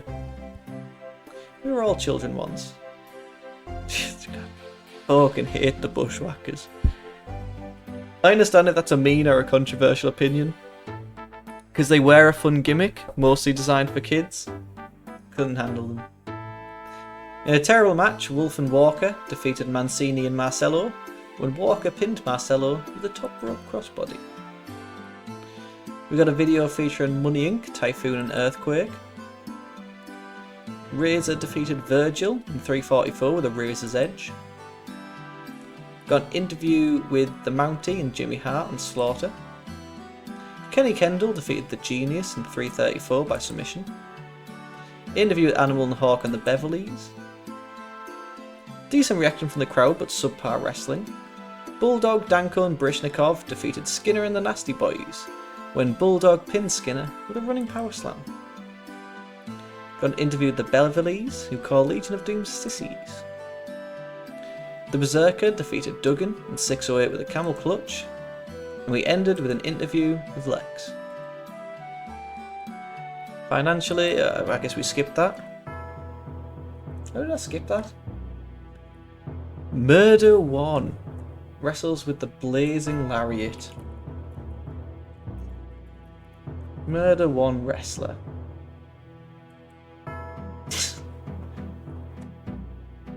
Murder One also wrestled as Homicide, Blacklist Uno, Cornell Douglas, Dahood.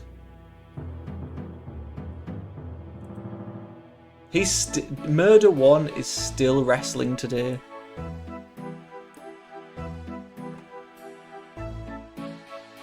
Last year he wrestled in the NWA. The Immortals of Kratos and Odinson defeated the Dark City Violence Connection of Joe Black and Murder One.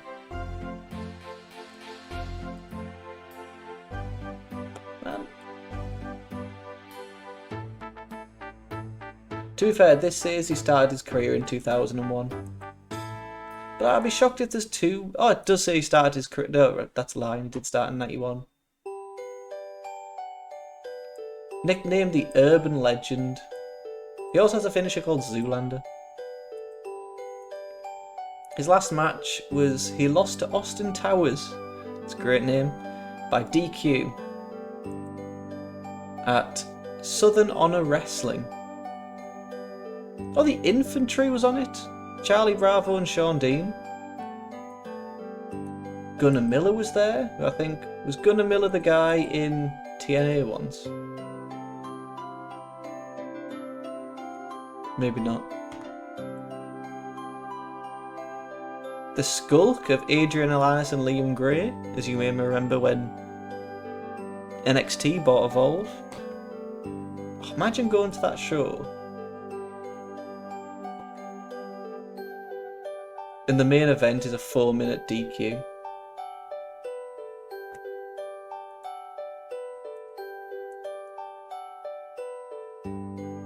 Kyle, why do I know the name Kyle Matthews? Also known as 17.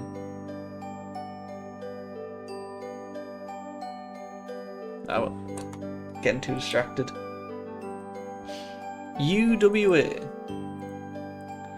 Terry Gordy gains authority within Smoke. See, this is another thing, like, as much as I'm running two of the biggest companies, I look at Smoky Mountain and I'm like, that could be fun. That could be fun. Where's Smoky Mountain up to? December 91, so running this in January isn't too different. Beat the Champ Television's a fun title. Anyway. I might do a separate Smoky Mountain save See how that goes. Alright, what have we got? We'll do Clash of Champions then in the show. 2 pay-per-views in one show. Who do we think we are? Jimmy Snooker's opinion is that Mario Mancini can't work the style. To a degree, I understand. Earth Prime Time Wrestling, June 22, 1982. What's going on Primetime Wrestling? It is Monday, so we're now in the Midwest. Locker room, DJ Peterson wants to hang out, that's fine. Mike Anthony and Bulldog had an over-the-top duet. Skinner ran some drills, nice. Address the locker room, can we do a bit more team bonding? Yay, let's strengthen those relationships. We can create new tensions between myself and Warrior, as long as we're strengthening other relationships. So, WWF Primetime Wrestling. Opening. 3 minutes.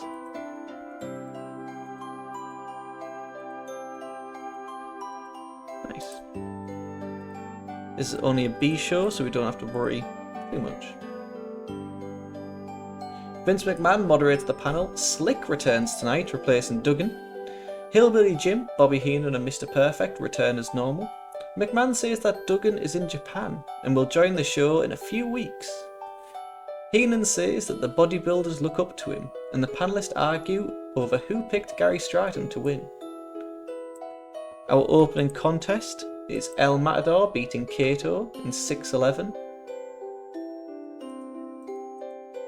Where is he? Tito Santana taking on heel male Skinner. Once again, Skinner with that subpar wrestling. 6 minutes should do. Stick Tito over. We go straight into the Berserker beating Glenn Ruth by a count out in 2:22.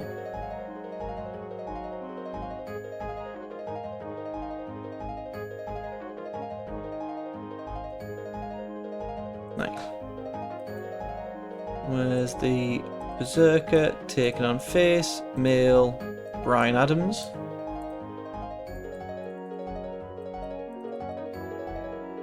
Four minutes. Berserker going over. Gene Oakland's update segment replays Randy Savage and Ric Flair promos from the syndicated shows in recent weeks.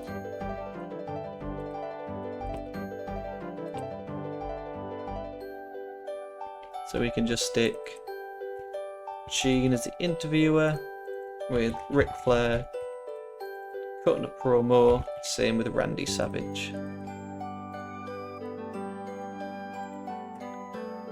Perfect says it's just a matter of time before Flair is champion again. So Mr. Perfect cutting a promo, Vince showing some character development. Same with Slick. Talking about Ric Flair and Randy Savage. 3 minutes. High Energy defeated Brian Costello and Tom Stone when Owen pinned Stone with a missile dropkick. We have our little version of High Energy with Marty Jannetty. And heels, males, Bill Tab and Ronnie D. 5 minutes, stick Owen over. Papa Shango setting Barry Horowitz's hand on fire on Superstars is shown. Let's get Chris Hahn. Barry Horowitz. Witzes. Should have Papa cutting a promo on the Ultimate Warrior and Sid. Oakland interviews Sergeant Slaughter. Slaughter talks about how the Mountie tried to deliberately put him out of professional wrestling, but failed.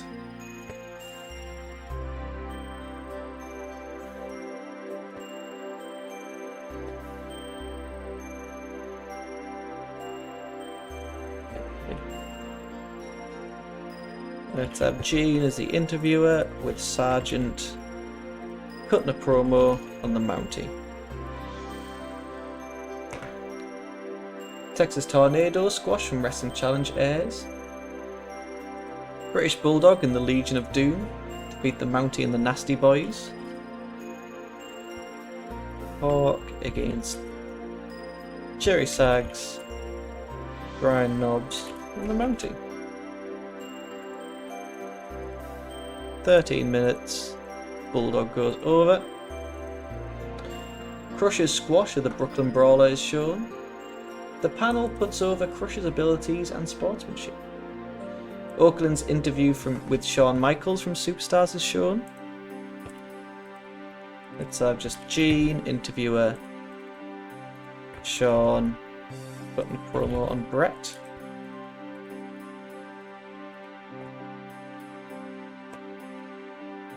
The Beverly Brothers defeated Jim Brunzell and Jim Powers when Blake pins Powers after Bo hits Powers with a double axe handle. Let's stick the Beverlys over Face Mail. Let's put them over Hugo and Snooker. 6 minutes, Bo goes over. Put that here. Highlights of the WWF Championship is shown. We can just have Lex cutting a promo with Bobby and Vince is the interviewer.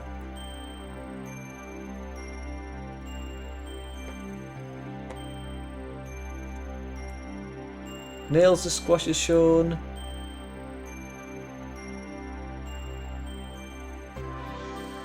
Looking in a big mirror, Michael talks about being the future IC champion. So Sean Mooney is the interviewer with Shawn Michaels just cutting another promo on Brett.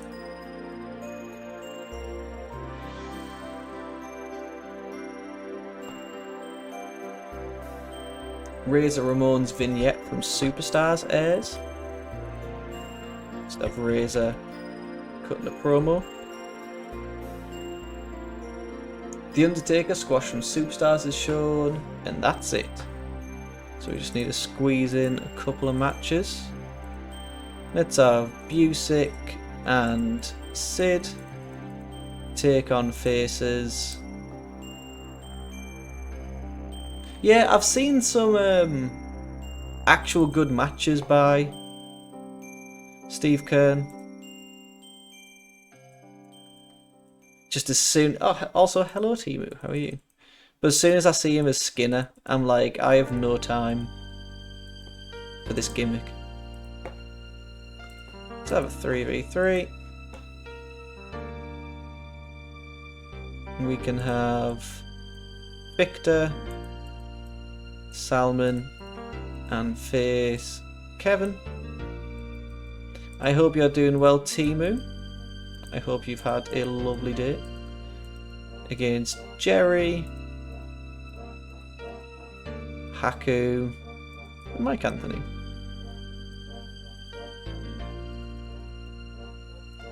Let's stick Kevin over. Nice. What can we squeeze in? One more match?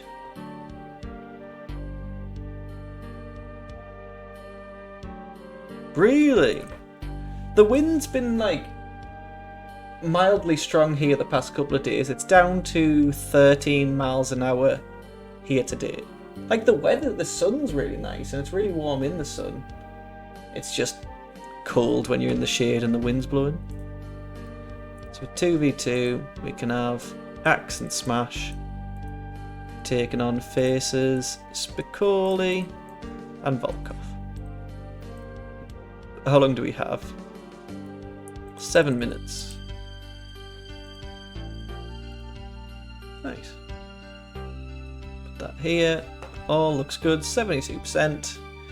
Primetime Wrestling. We got the Primetime Wrestling opening. Tito defeated Skinner in 5:52 with a figure 4. Gene Oakland's segment replays the Savage Flair promos. Happened to check out some YouTube uploads of yours the other day. Now that I finally remember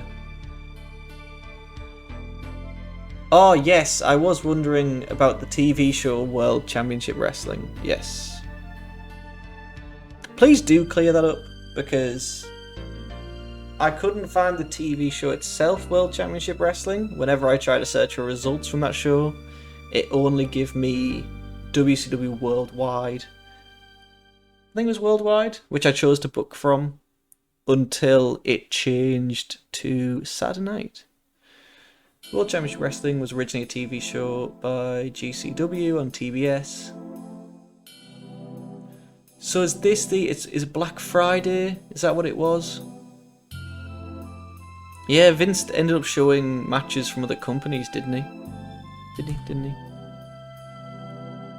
Sold it to Crockett for $1 million. Jesus. Vince was a businessman.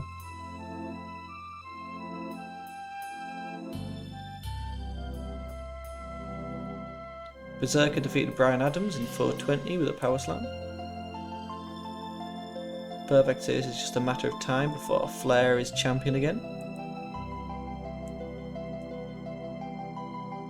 High Energy defeated Tab and D when Owen submitted Tab with a sharpshooter.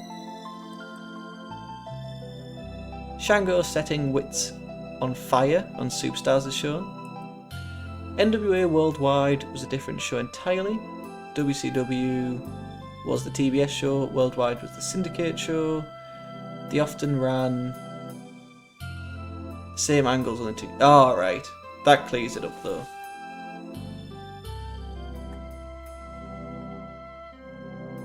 At least I wasn't... At least the angles were there, so the show made sense, and I wasn't necessarily missing out on anything. When Turner bought Crockett in '88, they renamed the company after... Right. That makes more sense. Beverly's defeated Quirrell and Snooker when Bo pinned Hugo with a shake height spike. WCW the TV show, yeah, eventually became Saturday Night, yeah. At least I'm now able to book, my knee, book and get the results from Saturday Night. Like, that changing cleared up, or made it a lot easier to book the WCW show.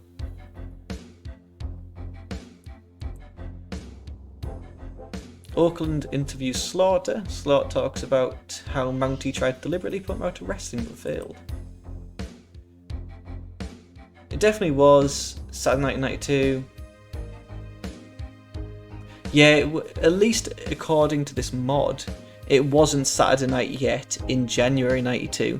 I think as soon as I got 3 months in, then it changed, and that made it a whole lot easier.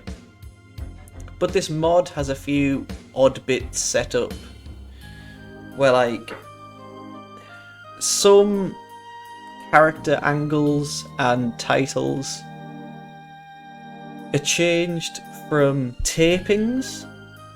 So obviously it'd say the barbershop windows already happened at the start of this mod, when it didn't actually air until weeks after.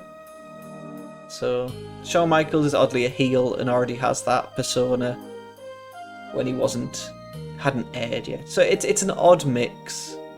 But then some stuff will be airing date as opposed to taping date. I understand doing these older mods with like taping, with the amount of taping the shows used to do, can make it a little bit more difficult. Bulldog and the Legion of Doom defeated Mountie and the Nasty Boys when Bulldog pinned Knobs. Oakland's interview Sean from Superstars is shown. Oh, I can't have Kevin Von Erich getting injured. How are Maniac Mark and Victor an awkward pairing on commentary? Victor. Maniac Mark and Vince. Kevin, Danko and Baryshnikov defeated Anthony, Haku and Jerry when Kerry submitted to Anthony with the Iron Claw. At least a bruised pec shouldn't be the end of the world. Highlights from the WBF Championship. If we go to commentary, I guess we can take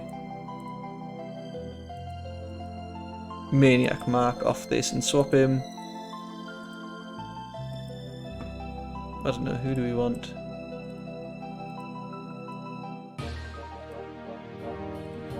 Vince, Tim White, what a genius. We can stick Sean Mooney on, actually.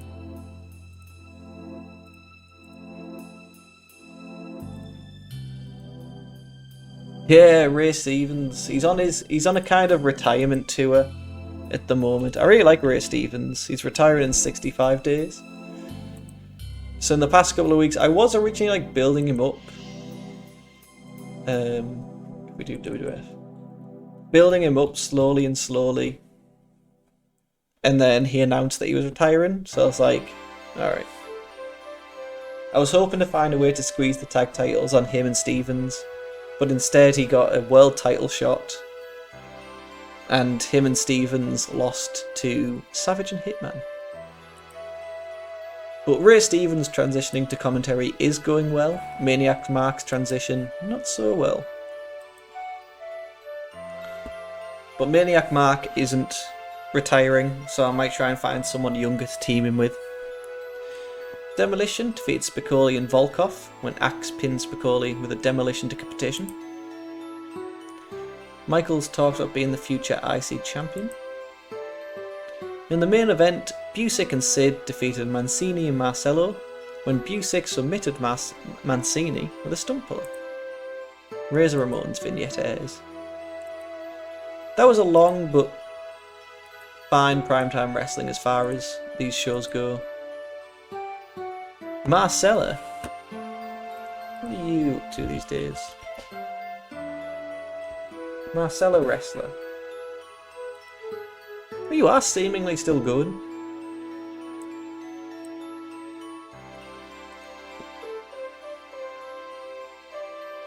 And your daughter is also a wrestler? You're on Supercard of Honor 8.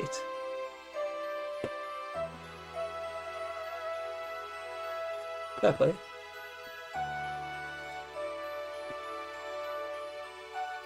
No, not Paul Ornoff and Colonel De Beers.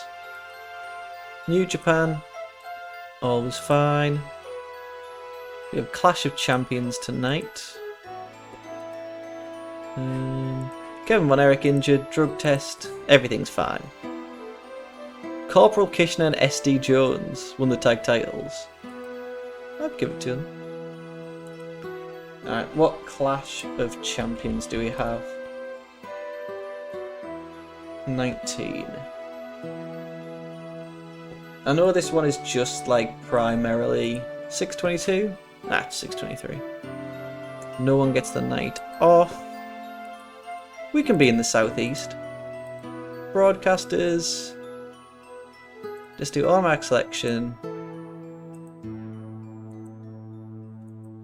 No, that's a commercial cable.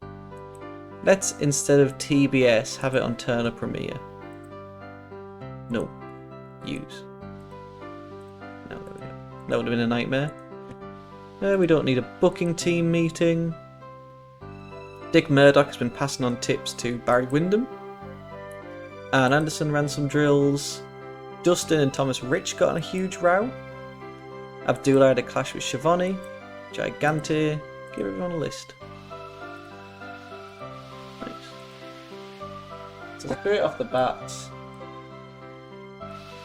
WCW Clash of Champions 9 opening.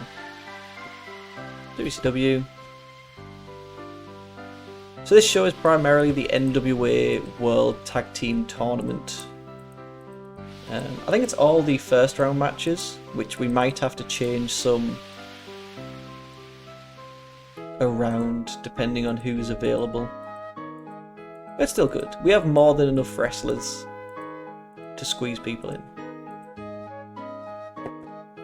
So this was the lowest rated Clash of Champions for TBS for the first 20 shows.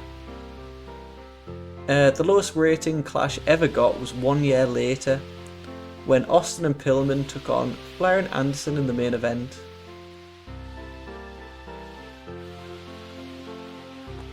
So first up, we have Joe and Dean Malenko against Steamboat and Nikita. So where are the Malenko brothers taking on Ricky Steamboat and Nikita Koloff. I can presume Back elbow and shoulder block for Dean, and then he gets an inverted atomic drop to Joe. The sickle sends Joe rolling to the floor, and then the sickle to Dean gets the 3 count. Nice. How long was that? 9:52, that's fine. Let's stick Nikita over. If I just go into these notes, just to keep safe. So Steamboat, and we need to make sure these went over. Save. Just so I have it down. Up next is Bagwell and Ivan against Rick Rude and Austin. Teams: Ivan Koloff and Marcus Bagwell against Rick Rude and Steve Austin. I like Nikita as well.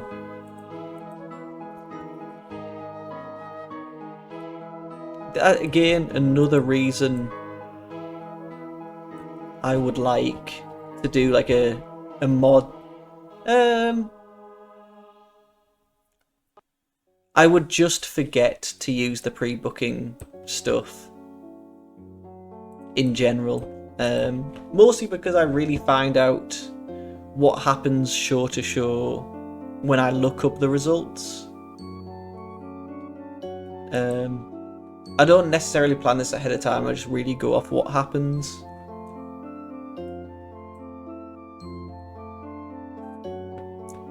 I could do pre-booking, and if I had that pre-booking bonus on, that might get me a little bit more pop, but I think part of it is also laziness.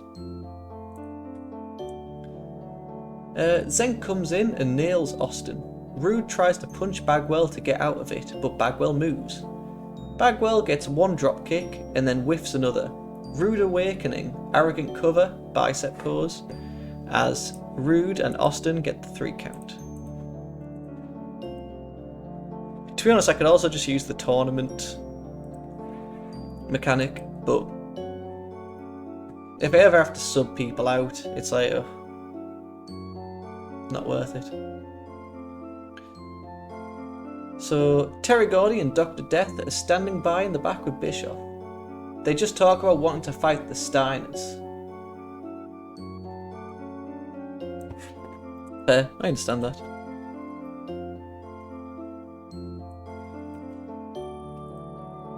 Terry Gordy and Dr. Death talk about wanting to fight the Steiners. Let's have Eric as the interviewer. Steve Williams cutting a promo with Terry Gordy on Scott Steiner and Rick Steiner. Nice.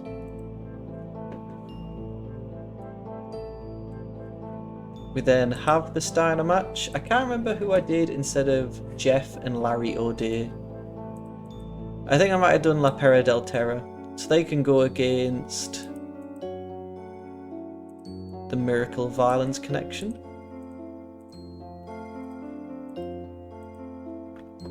I just want to keep track of every team that's been in case there's any that can't make it. With the Miracle Violence Connection going over. Stick Dr. Death over. Dr. Death was always my favourite of the two. Jesse Ventura invites Sting to come down to the ring to chat with him. Sting comes down in a black and white tux and matching face paint. They show the clip of Sting getting his ribs hurt by Vader at the Omni at Atlanta. Sting talks about beating the ugly out of Vader at the Great American Bash. It's pretty good. We don't need the basically, just Sting talks about beating the ugly out of Vader. So we have Jesse Ventura as the interviewer, with Sting cutting a promo on Big Van. It might be worth signing him to an exclusive written. How long is it? I want him to still be in Japan, but it just annoys me when he isn't. Where is he? Big Van, talk to her. I'd like you to consider moving closer to us.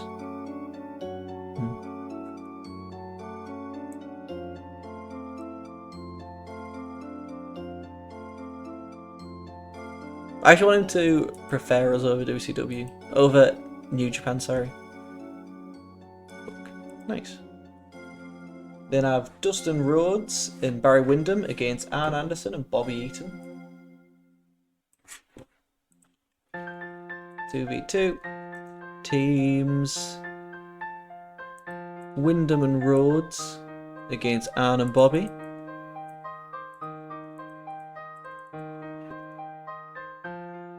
Eaton rolls back in and covers Dustin for a near fall. Eaton goes up for the Alabama Jam, but Dustin rolls out the way. Eaton's holding his butt, and Dustin is up and going for the running bulldog. He hits it, and we got a 3 count. Nice, solid match. Dustin Rhodes gets that win. Do you have a nicer Dustin picture? Dustin Rhodes. Oh god, what are we looking at in 92? Oh, nice. These are lovely pictures. I like that one. Save. Perfect. Missy Hyatt is in the back with Eric Bischoff, where she says something about the NWA World Title Tournament that starts on August 6th in New Japan. Dr. Death and Terry Gordy interrupt and claim there was a Puerto Rican wreck. Dustin must finish the story. Get Dustin to finish it. Williams screams that someone was yelling to find out if there was a doctor in the house and was the first to speak up. If there was ever a doctor not to call on, it would be a doctor whose nickname has the word death in it.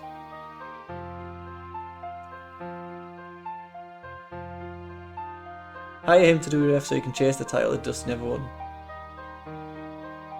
Maybe someone can run it. Needs to finish the story. The only roads to hold a world title in the WWF. Gordy and Williams look up at the NWA World Title bracket chart that just so happens to be displayed behind Bischoff and see that since these Puerto Ricans are now injured, their opponents, the Steiner brothers, have no one to wrestle. Dr. Death says the Steiners got to go against us.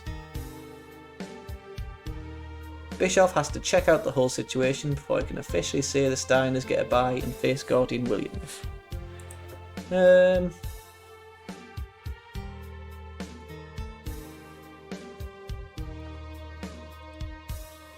Dr. Death and Terry Gordy interrupt and claim there has been a Puerto Rican wreck.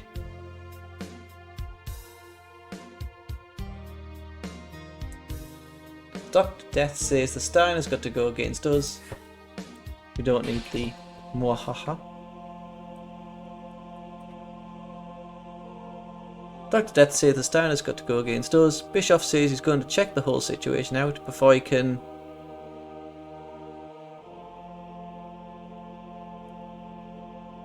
officially say the Steiners get a bye if it's got it, yes. Eric. Character development with Missy Hyatt. Yeah, I can't think of any other use as that story. Let's have Steve Williams. Got a promo with Terry Gordy, Rick Steiner, Scott Steiner. Who was it? It was Miguel Perez. I understand. I do get you making that bit about Cody. It was very good, very smart. But I was trying to think if it's been done outside of that. Dustin will finish the story though. Who was it? Miguel and Ricky Santana. Nice. We then get the Silver Kings against the Freebirds. Hayes is being held and Silver King decides it would be a great idea to leap off the top rope, but Hayes moves out the way. Hayes and Silver King are back in the ring. Hayes comes in and cradles up for the 3 count.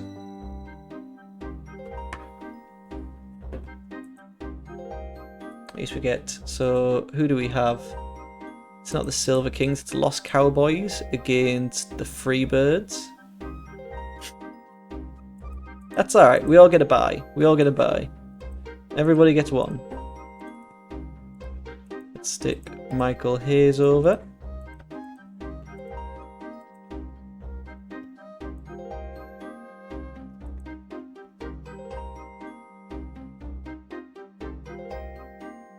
Yeah. I would also like to run the, what's it called, Rhodes family as a tag team.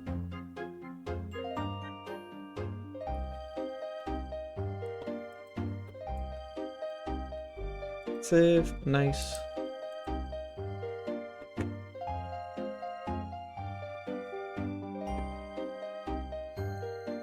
We then get Pillman and Liger against Biff Wellington and Chris Benoit.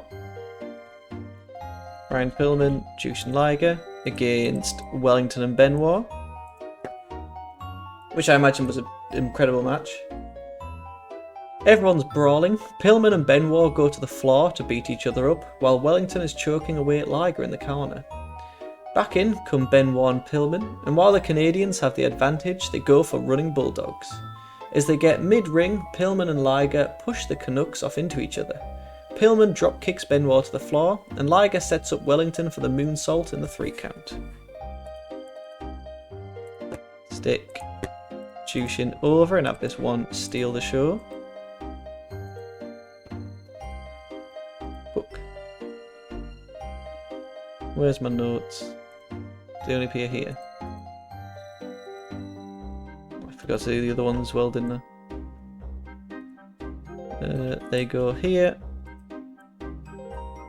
There you go. Here. Nice. Book. I also forgot this one. They were after La Pera del Terra.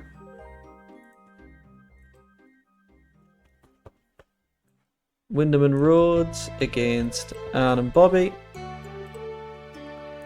The winner was Wyndham and Rhodes. That's 1, 2, 3, 4, 5, 6. 1, 2, 3.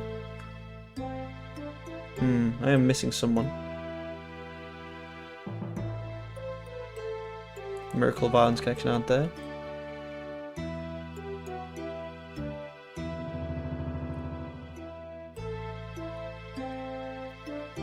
Let's do that, that's fine. Nice. The Headhunters to take on Hiroshi Hase and Akira Nagami. Nagami and Hase bridge suplex both Headhunters for the 3 count. Instead, we can do Chono and face male Hashimoto. Taking on who else? What's the next match? So it's Gordy. Right, so we have one more team. We exclude already booked. Is there anyone that hasn't been used?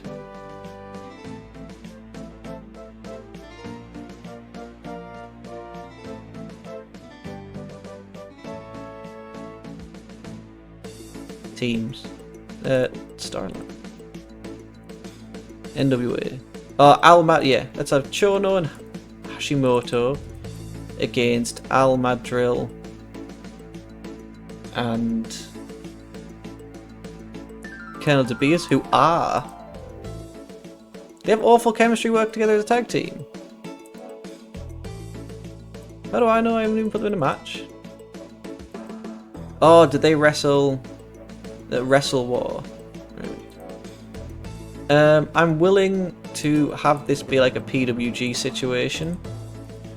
Stick Chono over. Where the World Tag Team title, should we just borrow it, kind of runs throughout the tournament. And eventually it's put on the winners. So Al Madril and Colonel DeBeers against Chono and Hashimoto. With Chono and Hashimoto going over. So Al Madril finding work in 92. Purely because he won the NWA World Tag Team titles before this tournament could happen. I'm going to edit the chemistry, by the way. Shinya Hashimoto, just none. Just no chemistry. Teaming with Masahiro Chono. Instead of awful, I just want to stick it at neutral. That's all I want to do. There's only little things I'll cheat on.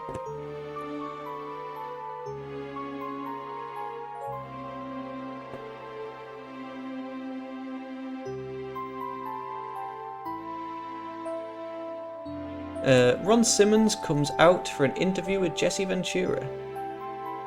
Herb Abrams and the UWF are still going in the save. I'll give you a peep at them after this.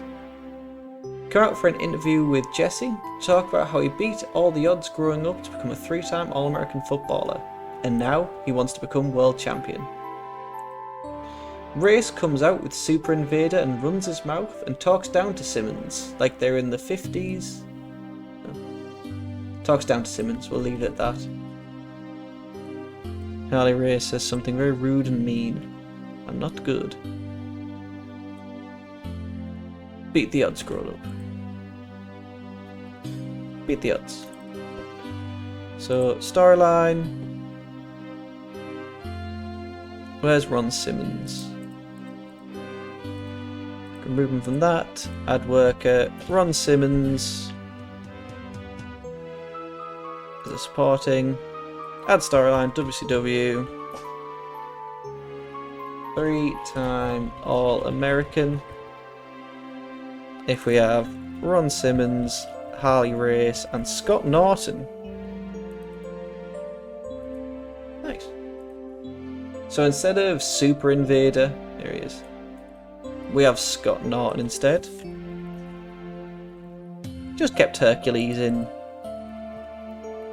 the WWF instead. So Jesse Ventura is the interviewer. Ron Simmons cutting a promo, so does Harley Race.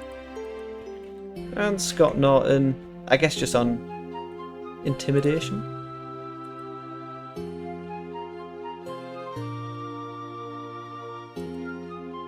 Perfect. We can put that, I don't know,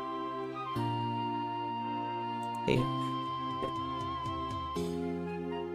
So, Gordon Soley lets us know round 2 of the NWA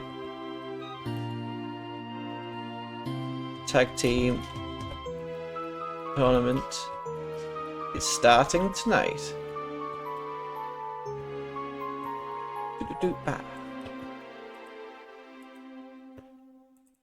So, Gordon Soley, character development, Tony Schiavone, because tonight we're having Rick Steiner, everyone coming on character development, I guess, and Scott Steiner in their second round match against Steve Williams and Terry Gordy.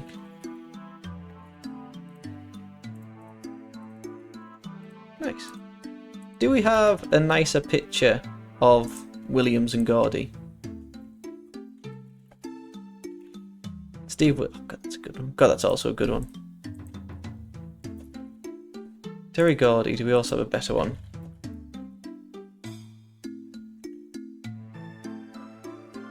Actually, really like that one.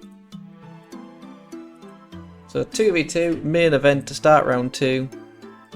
We have the include already booked the Miracle Violence Connection against the Steiners.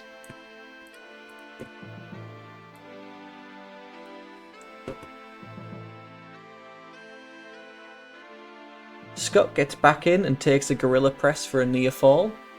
William gets in ref Randy Anderson's face, thinking it was over. God, he was not the most photogenic. Absolutely on the money there.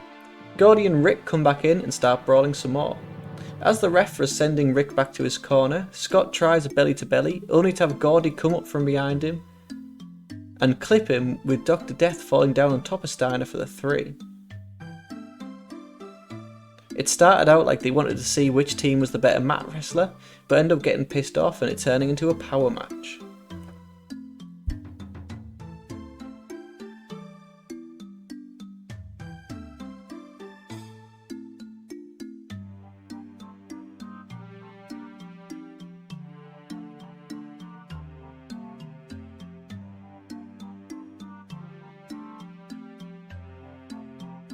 Perfect. We can have that as the main event. 15 minutes should be fine. Who goes over, sorry? Oh, Scott tries a belly, but Dr. Death falls on top of him. Oh yeah, that's fine. Who is it? Oh, Steve Williams. Yes. Nice. And that ends the show. Perfect. I'm happy just to run this as it is. What creative ideas do we have? Bischoff angle, Vinny Vegas creative finish. We don't really need either of these. And let's run Clash of Champions 19. 82%, so we'll not be penalised. The start of the NWA World Tag Team Title Tournament. So Clash of Champions 9 opening, or 19, sorry. If we very quickly return to booking screen. Let me just copy this. So instead, Miracle of Violence connection.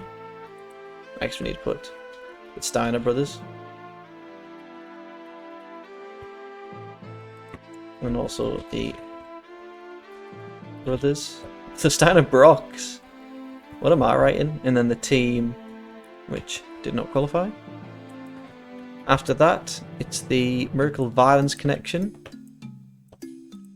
That continue. Book. Yes. Let's go. In a bout which had good wrestling and a decent reaction from the crowd, Steamboat and Koloff defeated the Malenko brothers when Koloff pinned Malenko, or Joe, with a Russian sickle. 83 is much better than I thought this would be. Straight away, in a bout which had good heat and decent wrestling, Rick Rude and Steve Austin defeated Ivan Koloff and Bagwell when Steve pinned Ivan with a stun gun. Terry Gordy and Dr. Death are standing by in the back with Bischoff. They talk about just wanting to fight the Steiners.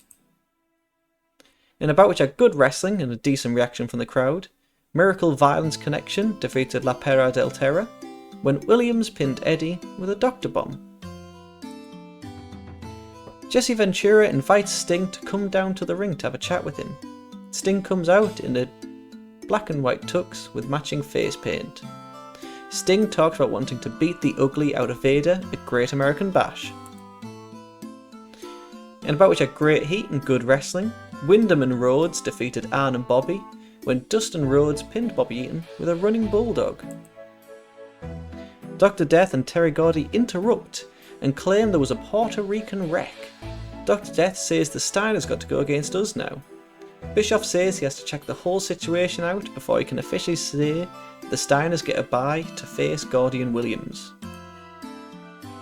In a decent match, the Freebirds defeated Lost Cowboys when Hayes pinned Silver King with a bulldog. Followed by a decent match with Pillman and Liger defeated Wellington and Benoit when Jushin pinned Chris Benoit with a shooting star press. Crowd not really into that one, but they went all out.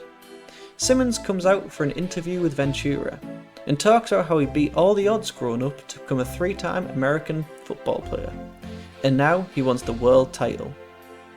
Race comes out with Scott Norton and runs his mouth and talks down to Simmons. In a bout which had decent wrestling but didn't have much heat, Chono and Hashimoto defeat the Chaos Connection in 10 minutes when Chono pinned Al Madrill with a Yakuza kick to win the World Tag Team titles off them. Gordon Soley lets us know that round 2 of the tournament starts tonight. And in a superb match in the main event, Miracle Violence Connection defeated the Steiners when Williams pinned Scott with a Doctor Bomb. 78, popularity in 11 regions. As always, I'll absolutely take that. Cool Mill. Post show's been complete. Wendy, everyone's favourite luchadora. Wendy, I don't want Wendy Richter or Wendy Chu. I want Wendy. Wendy CMLL. 1.7 million profit. Lucha Wiki. Wendy. Real name. Oh, it doesn't load. It's a shame. Yes, the feedback has been excellent. We really struck gold for anyone that likes tag team wrestling. Murder 1 is frustrated. It's been 6 months since he's had a match. Pay-per-view overuse. That's fine. Got a total viewership of 423,000. I ain't complaining. I'm happy to let these people go. Where is the UWF? Nice, Herb Abrams. So things are going alright. Things are going alright for him.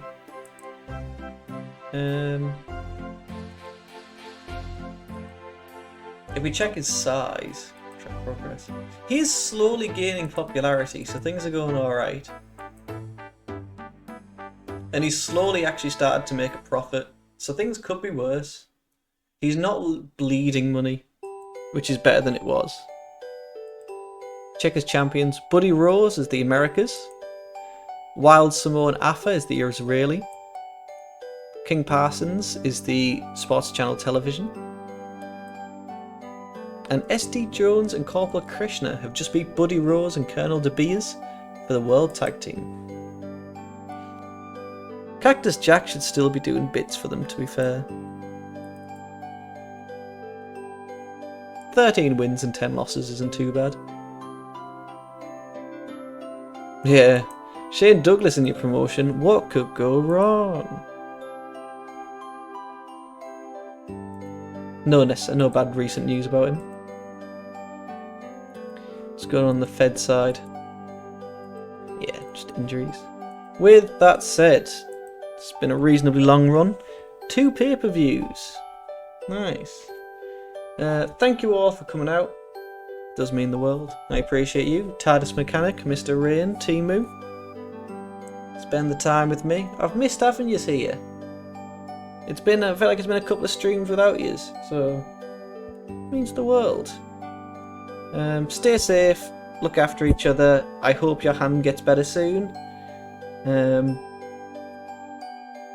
Good luck, have fun, stay safe. Never truly know how to end these.